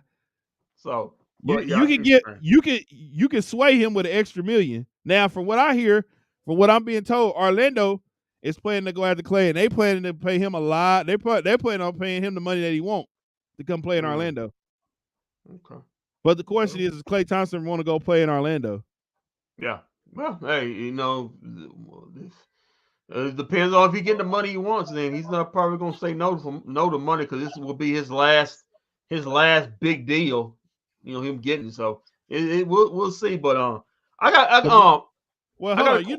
He's playing. It's Mark Cuban, right? So Mark Cuban could give him. He wants 20. Mark Cuban to say, we can meet you halfway and do 17 or 18. Yeah. And the fact of the matter is, he be playing on a better team. No offense to Orlando. They're not a Klay away from being a contender. They still got a ways to go. If you watch that playoff game, and Damian Lillard is hot right now. If you watch that playoff game, I just said that Damon's going ape shit right now. Damian's hot right now. If you watch that playoff game yesterday, they're two pieces away, and one of them has to be a point guard. The Orlando Magic, they need a they don't need it. That team is too young for Klay Thompson. I'm sorry. That team needs a legitimate point guard. They need what Orlando needs is they need a 2020 version of what Chris Paul did for the Suns. They need a veteran point. Shots fired at Markelle Fultz. Man, you just really diminished him. Where is Markelle Fultz? I think he's in Orlando. I think it was I think it was shots fired when he was number one pick. They took it over. I took it over Jason Tatum. So I think that was. Hey, another guy who they needs to come up off their team. We just talked about him a few minutes ago. It's time for Miami to come up off Jimmy Butler. They're not winning with him. You're not winning with Jimmy Butler. Nope. Yeah, they are. Nope. No, they're not. Bro, they went to the finals. They went to the finals twice with him and couldn't get it done. Butler's that team though. They say they actually think Tyler Hero. They actually think Tyler Hero is the guy over there. All right, you're Miami. Good luck with that. Can I ask you a question? Mm-hmm. Would you, now, I'm just saying, would you do that? May work for both teams because, Oh, because Tim wants to go to Miami. No. I'm not talking about the Mavericks. Are you talking about Golden State? No, I'm not talking about Golden State. I'm talking about, even though they won yesterday, I'm talking about because they're not keeping that team together because they don't have the money to. Would you do Cat for Jimmy Butler? Oh no, he's not going back to Minnesota. That's out. Okay, I'm just he's not going there. You know what else I've been hearing though? The guy on the TV screen right now is unhappy. And may want out of Milwaukee. I may call up Milwaukee and say, hey, we'll give you Jimmy Butler for Damian Lillard. I'll tell you a spot that Jimmy Butler needs to go to. How about hopping on I-35 and going down south and driving a tad bit past Austin and landing in San Antonio? Oh no. What him you mean? Him and Greg Popovich won't work. No.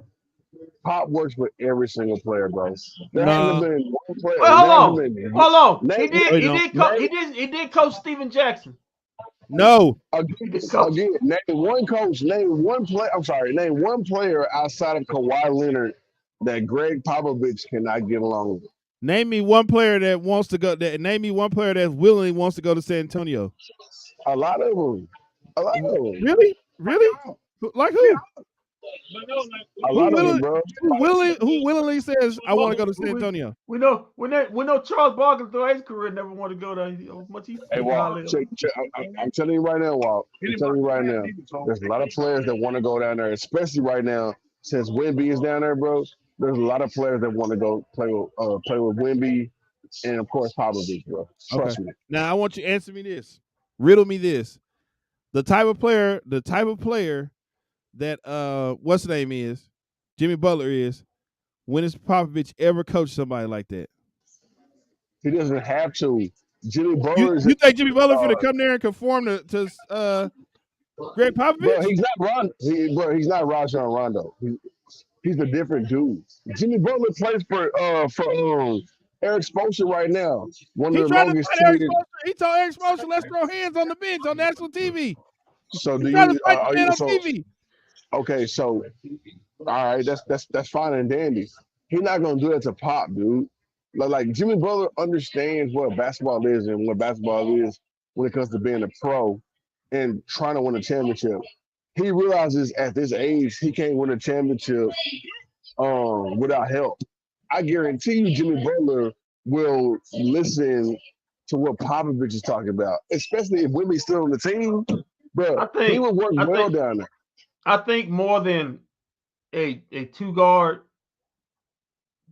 what the Spurs need, well, that's through draft or phrase. They got to get them. They got to upgrade their point guard. He needs an elite point guard to make the game easy where he can just catch lobs and stuff. Like I said, I tell you what. If first off, the Spurs don't even pay the Spurs don't even pay anybody. That's number one. I put it this way: you got to pay Jimmy Butler to come there, and the Spurs don't pay nobody. I put it this way: Walt. If Wemby had Luka, they win 5 straight titles because he's gonna get 15 easy points just on lobs, just on being tall. He needs an elite point guard. That may be Chris Paul. Who knows? No. Well, we know who everybody's talking about going to San Antonio right now. Ice Tray. That's the name that keeps getting thrown around to go to San Antonio right now. It's Trae Young. I think I got him pitching with the Lakers. Trae Young gonna be a Laker. Yeah, but I know, but his name sure keeps coming up a lot to be with the San Antonio Spurs. It's kind of funny. How he was all of a sudden 3 years ago he was untradeable. Now they're saying no, we'll keep the other guy we trade for. Jimmy Butler not going to go to a young team though. He gonna go somewhere where they probably like a piece away. Well, he went to the Suns were semi young team when he went. I'm gonna say the Suns. Now you could do Bradley Beal. You could do Bradley Beal for him. You could do Bradley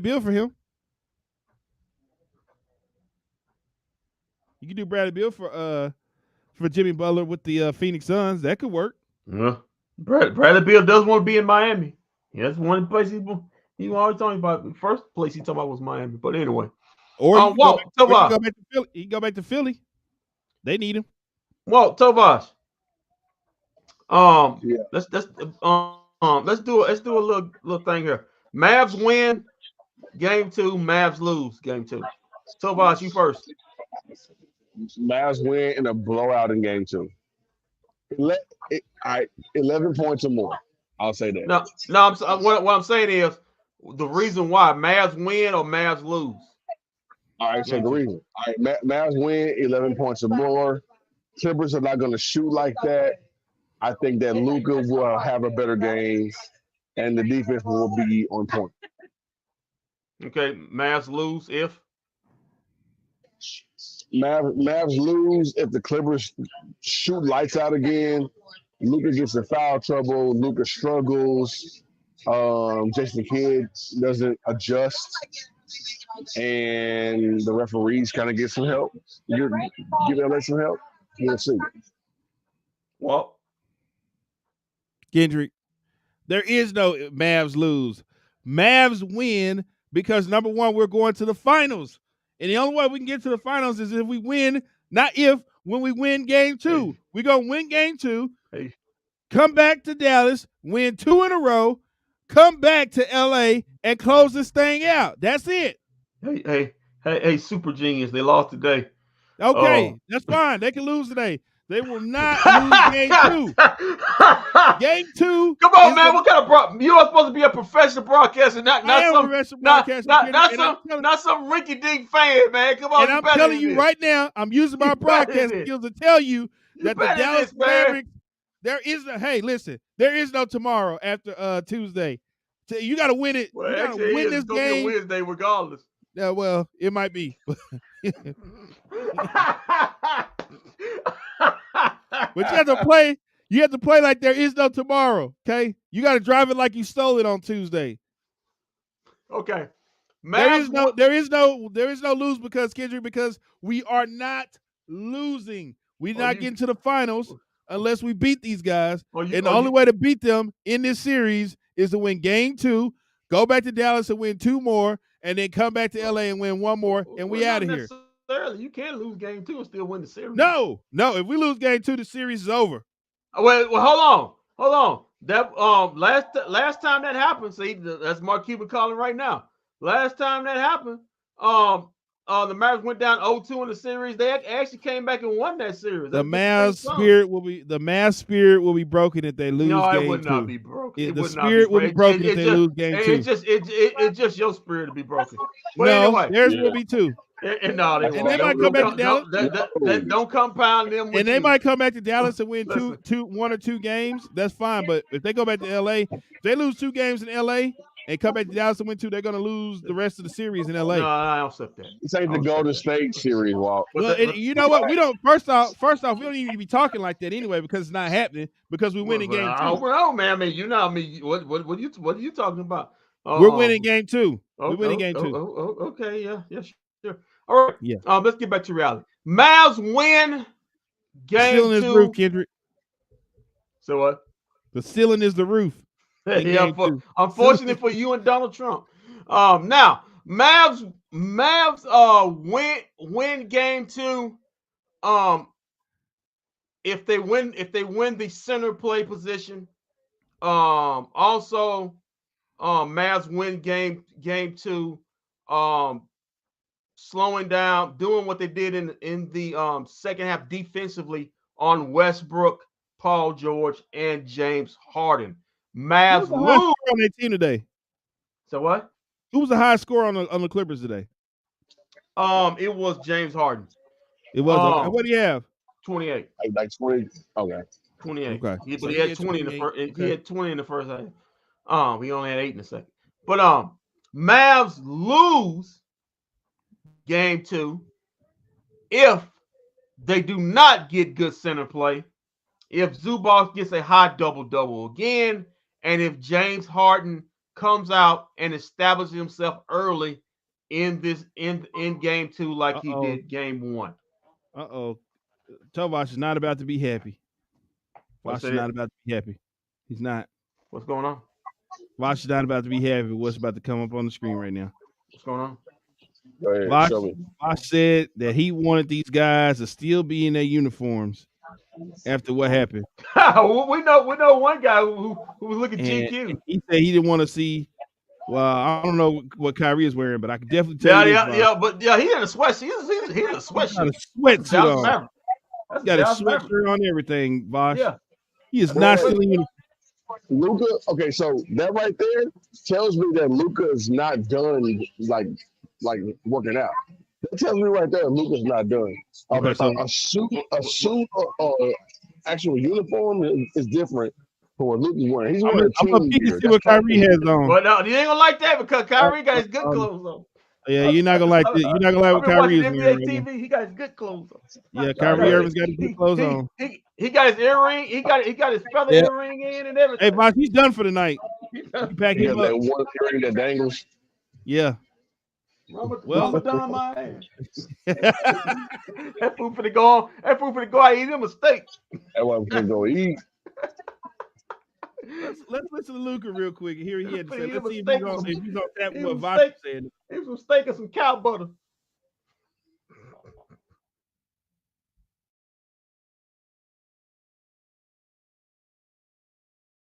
What did you see there in the second half that was clicking more for you guys offensively versus the first half where you kind of struggled a little bit?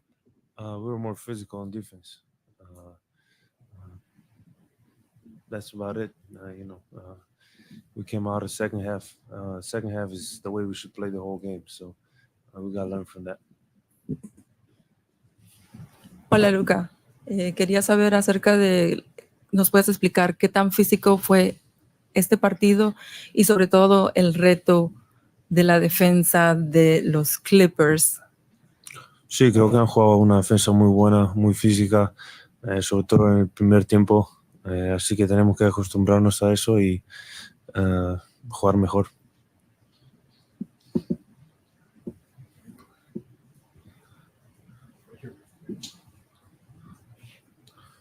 Look, how much were you guys, I guess, preparing for Kawhi, and how much changes both mentally and on the court when he's not out there? We were prepared like he was going to play, obviously, but that shouldn't change our mentality. Their mentality was next man up. I think they executed very well. But we just got to stay focused 48 minutes. It's playoffs, so we got to stay focused 48 minutes. Sorry? I don't know. We shouldn't have. I don't know. Brad Townsend, Dallas Morning News. In the first half, as you said, the Clippers were more physical. How much of a factor was Zubac in that? And why weren't you guys able to do a better job of keeping him from getting off to that big start? Yeah, I think he was definitely the X factor today. Or how do you say it? I don't know. But he was a big factor for them, rebounding, scoring too. So we gotta be more physical with him and do a better job with him. Hey, Luke, to the right. I know 3 years ago when you got to face the Clippers in the playoffs, you did a great job of just making them have to play bigger with bigger players. How does this year's Clippers line up with guys that are more like your size? How does that affect you on the offensive end? I just got to stay aggressive. That was my bad in the first half. Wasn't aggressive enough, so I just got to stay aggressive and find the open man. Tim McMahon, ESPN, you, Kyrie, J. Kidd, Gafford have all talked about not being physical enough. Why do you think you guys came out flat, and how do you address that? How do you change that? I don't know why we did, but we just got to watch film and come out in the second game with the same energy we came out in the second half.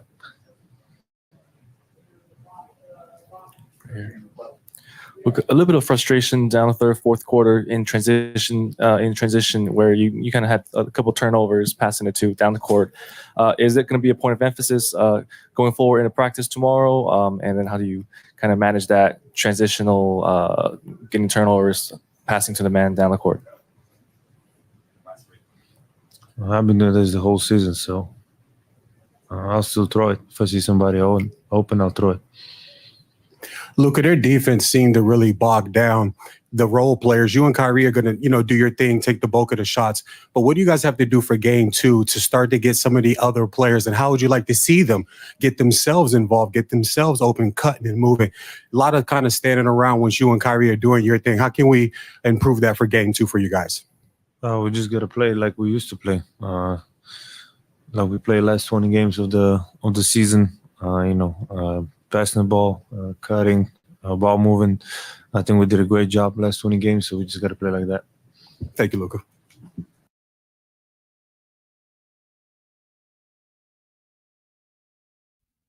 Well, any objection with that, Kendrick? No. He basically hit the nail on the head. He wasn't aggressive in the first half. And you saw it. And you saw it with the first part of the game. He was just looking to just take 3-pointers. And we know, and if you think, I always think back when Luka played the Clippers in the the COVID year, when the Mavericks went up 2 games. Remember we was all stunned when they went up 2-0 against the Clippers. He was literally taking everybody off the dribble. He wasn't just selling for 3. He was posting, cutting. He's the reason why Patrick Beverley is has been in 2 other spots now. And this game but it wasn't just him. It was all of them. Just sitting up there, just selling for 3 points, not taking Zubac off the dribble when he got the mismatch he wanted.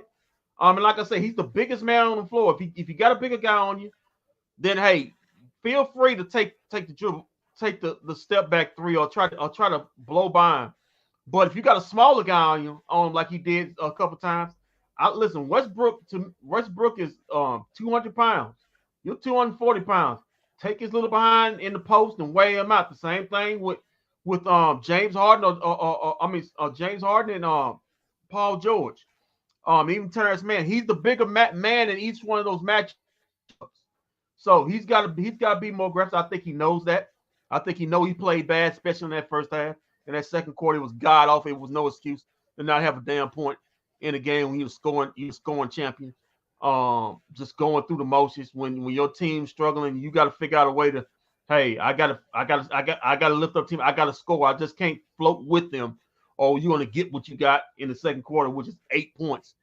But I expect him to be more aggressive. I expect him to go try to get to the free throw line early, not just selling for 3s. And continue that throughout the game. When the 3-point shot's there, if he's hitting it, fine. But if it's not going, you can't just keep selling for it. You gotta change your game up. Go on the post. Try to get foul calls. And even if you go in the post, it may not lead to you a shot, but they're gonna have to double, and that leads to guys having wide open 3-point shots, and it's up to them to make them. Vosh, you got anything you want to add? Yeah. Luka, what surprised me today was Luka, his 3-point selection wasn't really overwhelming. It wasn't gaudy. It never pissed me off. I never really got upset about his shot selection. I thought that he took more shots in the paint and trying to get to the rim more than anything. He was foul hunting a lot. Sort of what James Harden does, but at the same time, I look for Luka to get to the rim and have better results. But I mean, overall, he was missing shots, and I was kind of impressed with his shot selection. You just gotta make them holes. That's pretty much my whole beef with Luka, because the train went as Luka went, and Walsh said that shit after the first quarter, after the first half. Like, if Luka would have got it going, everybody else would have had that thing going too. This is true, Vosh. This is true. Hold on. I'm trying to let me get back. Let me get back. They don't have it. Anyway.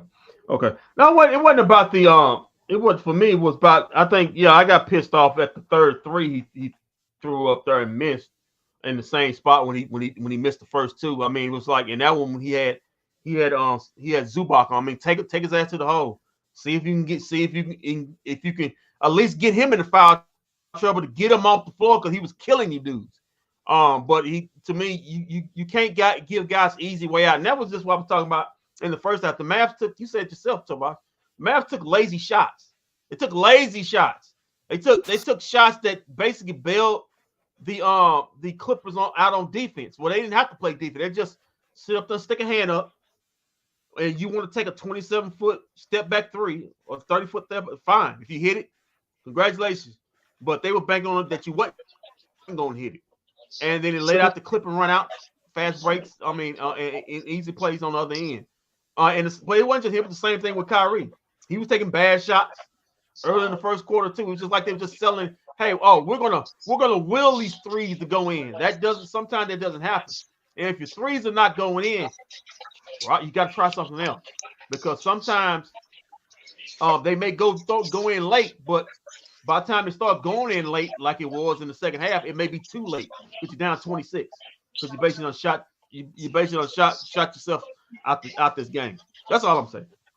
I agree. Tim McMahon asked the question though about coming out flat, and I thought that was the perfect question. Y'all came out flat because we all saw it. We all saw that lack of energy. And Rick Carlisle also preaches that too, about coming out flat. You will get your ass kicked, especially on the road if you come out flat. So that's why I'm predicting a Mavericks blowout just second in game number 2, because everybody won't come out flat like that when it comes to a playoff game or a playoff series, which is why Kobe Bryant never really smiled after a loss or after a win. It's about the end result. So the energy, if the energy is there, you have a chance to win the game. And I think that's what the Mavericks will give you in game 2. No, it makes total sense what you're saying. Okay, let me read this. If I know this is the game's log. Okay, 11:45. Luka misses a 28-foot step back three. That's the start of the game. Zubac makes one of his layups or dunks or jump hooks. 11:06. Kyrie misses a 22-foot point two shot. Then go back. I'm just reading Mavericks offensive stuff. Then Luka makes a 3-foot makes a 3-foot 2-point shot. Was a lay-in. Then back. Kyrie get to the free throw line, makes 2 free throws. PJ Washington then hits a 23-foot 3-point shot and makes it 7-7. Luka again misses a 27-foot step back jump shot. Then we got Derek Lively ends the game. Kyrie misses a 20-foot jump shot. Luka once again misses a 27-foot 3-point shot. Luka misses a 20-foot turnaround shot. I'm just reading these all jump shots. You know what I'm saying? That's when he's talking about you got to be aggressive. You have to be aggressive. Listen, I like Zubac, but he's not Wemby. He ain't blocking nobody's shot, taking in on his behind. Taking in on all of them. That's not, I mean, they're good, but they're not, it's not the 89 Pistons. You can't just settle for jump shots and hoping they're going to go in. That's the way to get yourself out of a game. And that's what I was saying. I just read you the first 8 minutes of the game, and it all jump shots. I mean, and the only thing that was going on for the Mavericks when Kyrie and Luka both went to the hole, one made a shot, and Kyrie went twice to the line, all getting fouled, penetrating, trying to get to the basket. That was the only makes in the first 5 minutes of the game. Very true. I cannot argue anything. I didn't. The first 5 to 6 minutes of the game, I didn't. I just read the log, and there wasn't no make of a Maverick jump shot. There was no make of a Maverick jump shot, and that was all they was launching out there, just with jump shots. Well, if you don't make a jump shot in the first 6 minutes, how do you expect the score to look like? The same way it did look like. Yeah, and not to beat a dead horse. It's safe, bro. Not to beat a dead horse, but like shot making is the name of the game. And for I mean, with that being said, the Clippers, if you're watching the Maverick game, what is that like right there? If you're watching the Mavericks game and you hang your head every single time somebody make. Give me a second. I think Wyatt Langford just teed off. Oh, the Rangers are playing right now, right? I was going crazy because the Rangers just hit a 3-1 shot. Oh yes. Can I? Well, at least somebody's winning today. Well, can I ask you a question? Yeah. As I look at the game, because I'm watching the Milwaukee Indiana game, could it be a case, and you never want to think this way, even though they're not saying it, could it be a case that the Mavericks didn't see Kawhi in the lineup and also we got this? No. These guys are toast. No, that's not what happened. Okay. Let me ask that. Because they would have played better. They would have played better than that. All right, so the Mavericks not having to face Kawhi, I think it was the adverse effect. The Mavericks were actually kind of geared up to face Kawhi. And then when they saw that he's not playing, they were like, damn. So now who do we cover? You know, like there's no plan B when it comes to prepping for the LA Clippers in a playoff game. I'm just recall. I'm looking at Indiana West Coast. There's no Giannis. That's 33, 13, and 6. And yet Indiana's not a good West team anyway. I know, but I think Indiana is the highest scoring team in the NBA, and they only got 29 points now. Yeah, but they play zero. They play zero defense. They know. Yeah, but they can score. I'm just saying the same thing with Flair. I'm just asking the question. It's like Jason Garrett's old mentality, next man up. Yeah. Like in basketball, it's way different because it's only 15 players on the bench or 15 players on your roster. Like these dudes are geared up to say, "Hey, our king is down. Let's all step up and hoop." Because I'm sorry, but the last dude on the bench can give you 30 in college basketball per night. So, like, the last dude will give you 30 per night, and he's willing and able to, like, make your life miserable on a team whenever your stud goes out. Right. Oh, I forgot. We got Kyrie. We got the Kyrie Irving to get to interview to get to before we get out of here real quick. Yeah. I forgot all about Kyrie. Yeah, y'all might going to go out on time. That's so late. That's fine, Vosh. We're about to end as soon as Kyrie is done anyway. Okay, well, I'm at 5%, so the more I get to 3%, my phone will cut off. So, Vosh is about to sign out. I love y'all. See you on Tuesday for game 2. Yeah, you're ready to have a late one, Vosh. Always. I believe. I wonder what he meant by that. I'll ask that later. Yeah, I believe. All right, here goes Kyrie. Dwayne Price, Mavs.com. Kyrie, what happened there in the quarter when you guys only scored 8 points? In a playoff game, man, scoring 8 points feels like forever. That's what it felt like out there. And I think it started with just how we started off the second quarter and allowed them to feel very comfortable in the first quarter, and there was carryover. So you got to give them credit for things and capitalizing off our turnovers and our lack of physicality. So it was a combination of a lot of those things where we allowed them to feel comfortable on the offensive end, and then defensively made it easier just in terms of our spacing. So give them credit. I'm sorry. How do you slow down Zubac going into game 2? He had a double-double at the halftime today. Yeah, just being mentally prepared, physically prepared to match his energy. Kind of threw us for a little bit of a loop when they started off the game with him posting up. So just got to make adjustments and keep him off the offensive glass and just make it tough for him on those pick and rolls. And again, just match his energy. Mike Curtis with Dallas Morning News. Obviously a week between games and even longer for you and Luka. Just how much did the long layoff kind of play into the first half, just offensive blow? Yeah, we knew we were going to have to knock off some rust. And us as a team, we have guys that have missed, 3 weeks, 2 weeks. Timmy not being here for the past few days of preparation.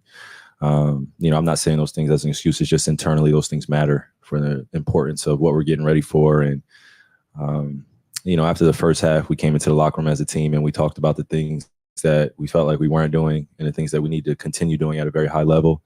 But it really centered around the foundational point of talking about physicality and this being the playoffs. A lot of guys aren't used to being here. A few young guys aren't used to being here, so they don't know what they can get away with and what the refs are going to call. So I think this was a great first test for us, and we obviously failed, and we came out with a loss. But I think there are some things we can take into game 2 as strengths that we can continue to push forward and utilize, and just not overthink it. Again, I talked about this a few weeks back. Just it's a series, not a time to lose confidence. We know our guys. Some of my teammates are going to shoot better going into game 2. And we just want to continue to feed them confidence and see where we can control, and then stop them on the offensive end. Tim Cato, The Athletic. I was going to ask about the improved second half. You obviously just covered the physicality and we just did at halftime.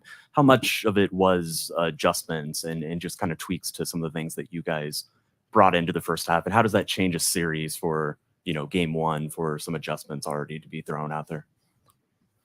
Ask that one more time, bro. You asked a lot. So if you could just simplify the question for me. I know we got our guy over here at NBA PR. Just don't feel the pressure, man. Just ask your question. Come on, man. How much was the improved play based off some adjustments you guys made? Oh, okay, I appreciate it. And then how much was, how much does that change the rest of the series? Because we all know series, there's adjustments happening all the time. Yeah, I think there was a settling in process, a grounding process. And I think that's what I was referring to into the last question. Just, a few of our young guys, including myself, just settling into our game plan, trusting it. They don't have Kawhi right now. So that was a bit of an adjustment for us when they came out the gates. And, they were playing James and Paul just being very free, loose. Knew they were going to get a lot of attempts up tonight. So when you have that, when you're going against that type of kind of loose play and that confidence that they exude, you got to really just settle into what the overall game plan is and execute that. And I don't think that we came out very flat or without energy. I just think that our mind was all over the place. It's our first playoff game together. Got to settle in. And once we did that in the second half, then I felt like we put some stops together. We got some great offensive possessions and our confidence and started to get a little higher. And you can see that we were starting to look like the Dallas Mavericks we know ourselves to be. So it's a first game of a long series and excited to see what happens game 2. Hey, Kyrie, this is from media from China, Jiboy. So we want to know that in the summer, would you have any plans for China trip or any details on that? Yeah, I'm not focused on that right now, but yeah, there's a something that I'm thinking about in terms of later in the summer going to China. Tim McMahon, ESPN. You mentioned Kawhi. Obviously, you find out like an hour and 45 before the game he's not playing. What is that adjustment process like? And is there kind of a natural psychological letdown, when they don't have the face of their franchise? I don't know if it's a do you mean to say psycho letdown or just a psychological kind of test and stuff like that? Okay. Right. Yeah, no, it is a psychological game. We're playing chess, we're playing a high level, competitive game. So when someone like Kawhi, who has a huge presence for their team, does a lot offensively and defensively, isn't playing, then there's a bit of an adjustment period mentally that you got to get ready because that means that other guys have to step up. And I think we saw that tonight. Guys were making shots, hitting threes, even though their percentages don't necessarily reflect them shooting a high percentage. So we got to tip off our hat for them coming out and hitting us in the mouth in the first 2 quarters and taking care of home court and playing off the crowd and the excitement, and us being, unprepared for the physicality in the first 12 minutes. And then, after that, we settled ourselves and we got ourselves in the ball game, and we saw some positive things that we can carry over. But I think psychologically, it was definitely a different mindset going in once we knew that Kawhi wasn't playing. And again, as a mature pro, you just got to be ready to adjust and adapt. That's what this game is about. Hey, Kyrie, what are some of those positives that you can take away from this game? Going into the second half, I think we really challenged them. We outscored them in the second half, got stops, and all tendencies we saw from guys on their team. That they were really going opposite and really challenging us to guard their different looks. So the first half, I think they had a few plays that, we just weren't prepared for, and we got to take that accountability. But in the second half, I feel like once we picked up the physicality and we started demanding that greatness out of ourselves and stopped being afraid of the moment and started settling into what we're in. It's a war out there in the playoffs, metaphorically speaking, of course. So we got to enjoy it and have fun, but at the same time, bring it to these guys. Going against some Hall of Famers, so they're not going to make it easy. I don't even know if we're the favorite in this series, so we just got to really pay attention to what we can control. Kyrie, apologize if you were asked this throughout the week of practices, but you're going against a guy in Tilo who you won a championship with, a couple finals appearances with, I guess. Bit of a two-parter, but what is that relationship between you guys like? I know once you win a championship together, it's always going to be special. And what do you know about just the way he coaches, the way he adapts, and the way he kind of gets guys on his side? Yeah, I think I would echo your first statement. We're bonded forever. I mean, we did something that can never, dang near. I don't know if it can be done again. I mean, we're one of the only team ever to come back from 3-1, and that took a lot of resilience and a lot of one-on-one communication between myself and him. And also we had Bron and we had other good guys that were selflessly sacrificing in their careers and were ready to win the championship and just throw it all on the line. So I definitely took some positives from what I learned from him, and now added to who I am as a person and as a competitor now. But me going against him as a player, it's a little bit different because I could see that he's giving them little cues, and I'm just trying to catch every little detail so I could carry it on to game 2 and make some adjustment myself. So he's grown as a leader. I've grown as a leader. So it's not the same Tilo, and I'm not the same Kai, but it's just fun now that we can do it as mature chess players. Kai, along those same lines almost, you and James, I remember when James got to Brooklyn and you was like, you be the one and I'll be the two. I think that might have helped him. Definitely, you can see what you had and Luka have together.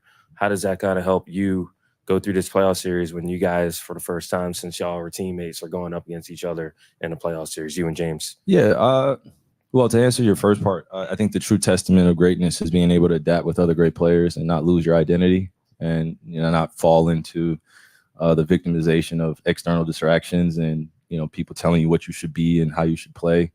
I think me and James didn't get enough reps, so we played a few games together, but we didn't get enough reps. But when you're playing with somebody that's special, it makes the game easier. But playing against him, you can tell that when he comes out with an aggressive mindset, it's a different team. And, we just got to be ready for his ISO basketball and his one-on-one capabilities and his ability to make his teammates better. So it's good to be on the other side. Definitely miss him, but at the same time, glad that we get to compete against each other now. Thank you. Oh, well, maybe you're right about something you said. They looked and saw Kawhi was not there and thought something. Yeah, I'm going by the same what I see with the Indiana Pacers. No, I understand they got Dame Lillard, but no Giannis. I mean, that's the Hall of Famer. Not to say nothing about Dame. That's the Hall of Famer. They get smoked out there. But he just said it.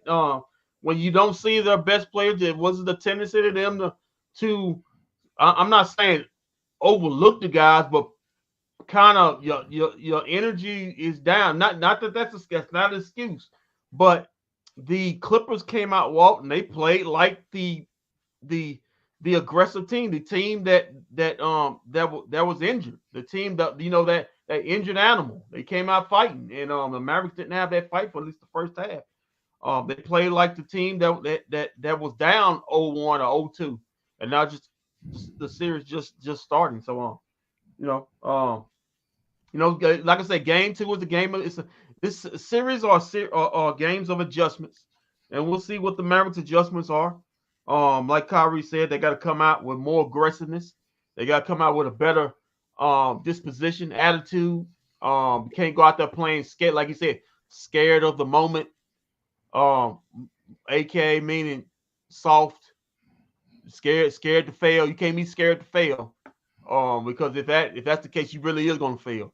And got to come out with a better disposition of it, and hopefully, and they'll be fine. Well, I do have some updates, some updates for you that you and the public may want to know. We just got our finalists for yearly awards. You want to hear them? Okay. Okay. Let's start off with the MVP finalists. Same as you thought: Nikola Jokic, Luka Doncic, and Shai Gilgeous-Alexander. Defensive I'm player sorry. of the year finalists. I'm sorry. I want to say this real quick. I'm sorry to Dallas and everybody who thinks Luka's an MVP.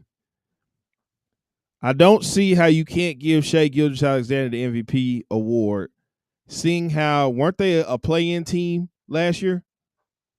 Yeah. They were a play-in team last year. They're the number 1 seed this year, and all year that team was in the top 1, 2, or 3 echelon. Yeah, they were no lower than maybe 4th all year. Yeah, even I don't fifth. see how you. I'm sorry, I don't see how you can give it. How you can give it to anybody but Shai. Shai is about to get robbed. Okay. Defensive player of the year finalists: Rudy Gobert, Victor Wemby, and Bam Adebayo. That should go to Wemby. Rookie of the year finalists. He was about to have a quadruple double. Rookie of the year finalists: Wemby, Chet Holmgren, and Brandon Miller. Wemby. Six man of the year finalists: Naz Reid, Malik Monk, and Bobby Portis.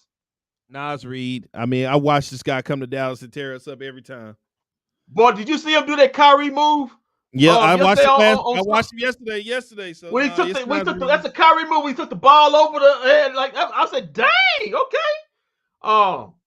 And also most improved player of the year finalists: Kobe White, Tyrese Maxey, and Asprin Sengun. That is your finalists.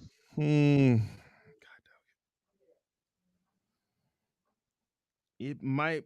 I don't think it'd be Tyrese Maxey. I think it'd be Kobe White. It should go to Tyrese Maxey because it should. I thought it'd be Kobe White. I mean, he was averaging 9 points last season. Now he's averaging 19. That's a 10-point jump. But Tyrese Max, when they lost Joel Embiid, he became a starter. Tyrese Maxey became, what is his most improved? Most improved. Yeah, Tyrese Maxey is a starter too now. So I'd probably have to go with Tyrese Maxey. Okay, and that's all the finalists. They just announced the finalists for yearly awards to just be announced. So. All right, man. So we'll be back Tuesday night when the Mavs for game 2. Should be you want to do that show? You want to start that show around what 8:15, 8:20? I mean, it don't matter. But because tip off's at 9. Yeah, if we got some smackety smack, then yeah. Okay. We practice. So all right, then. So we'll be back Tuesday night. Until then, keep your feet on the ground. Keep reaching for the stars. Always do what's best for business. If we don't see you around, and we will see you around live Tuesday night for Game 2 of the Mavs versus Clippers series. Please.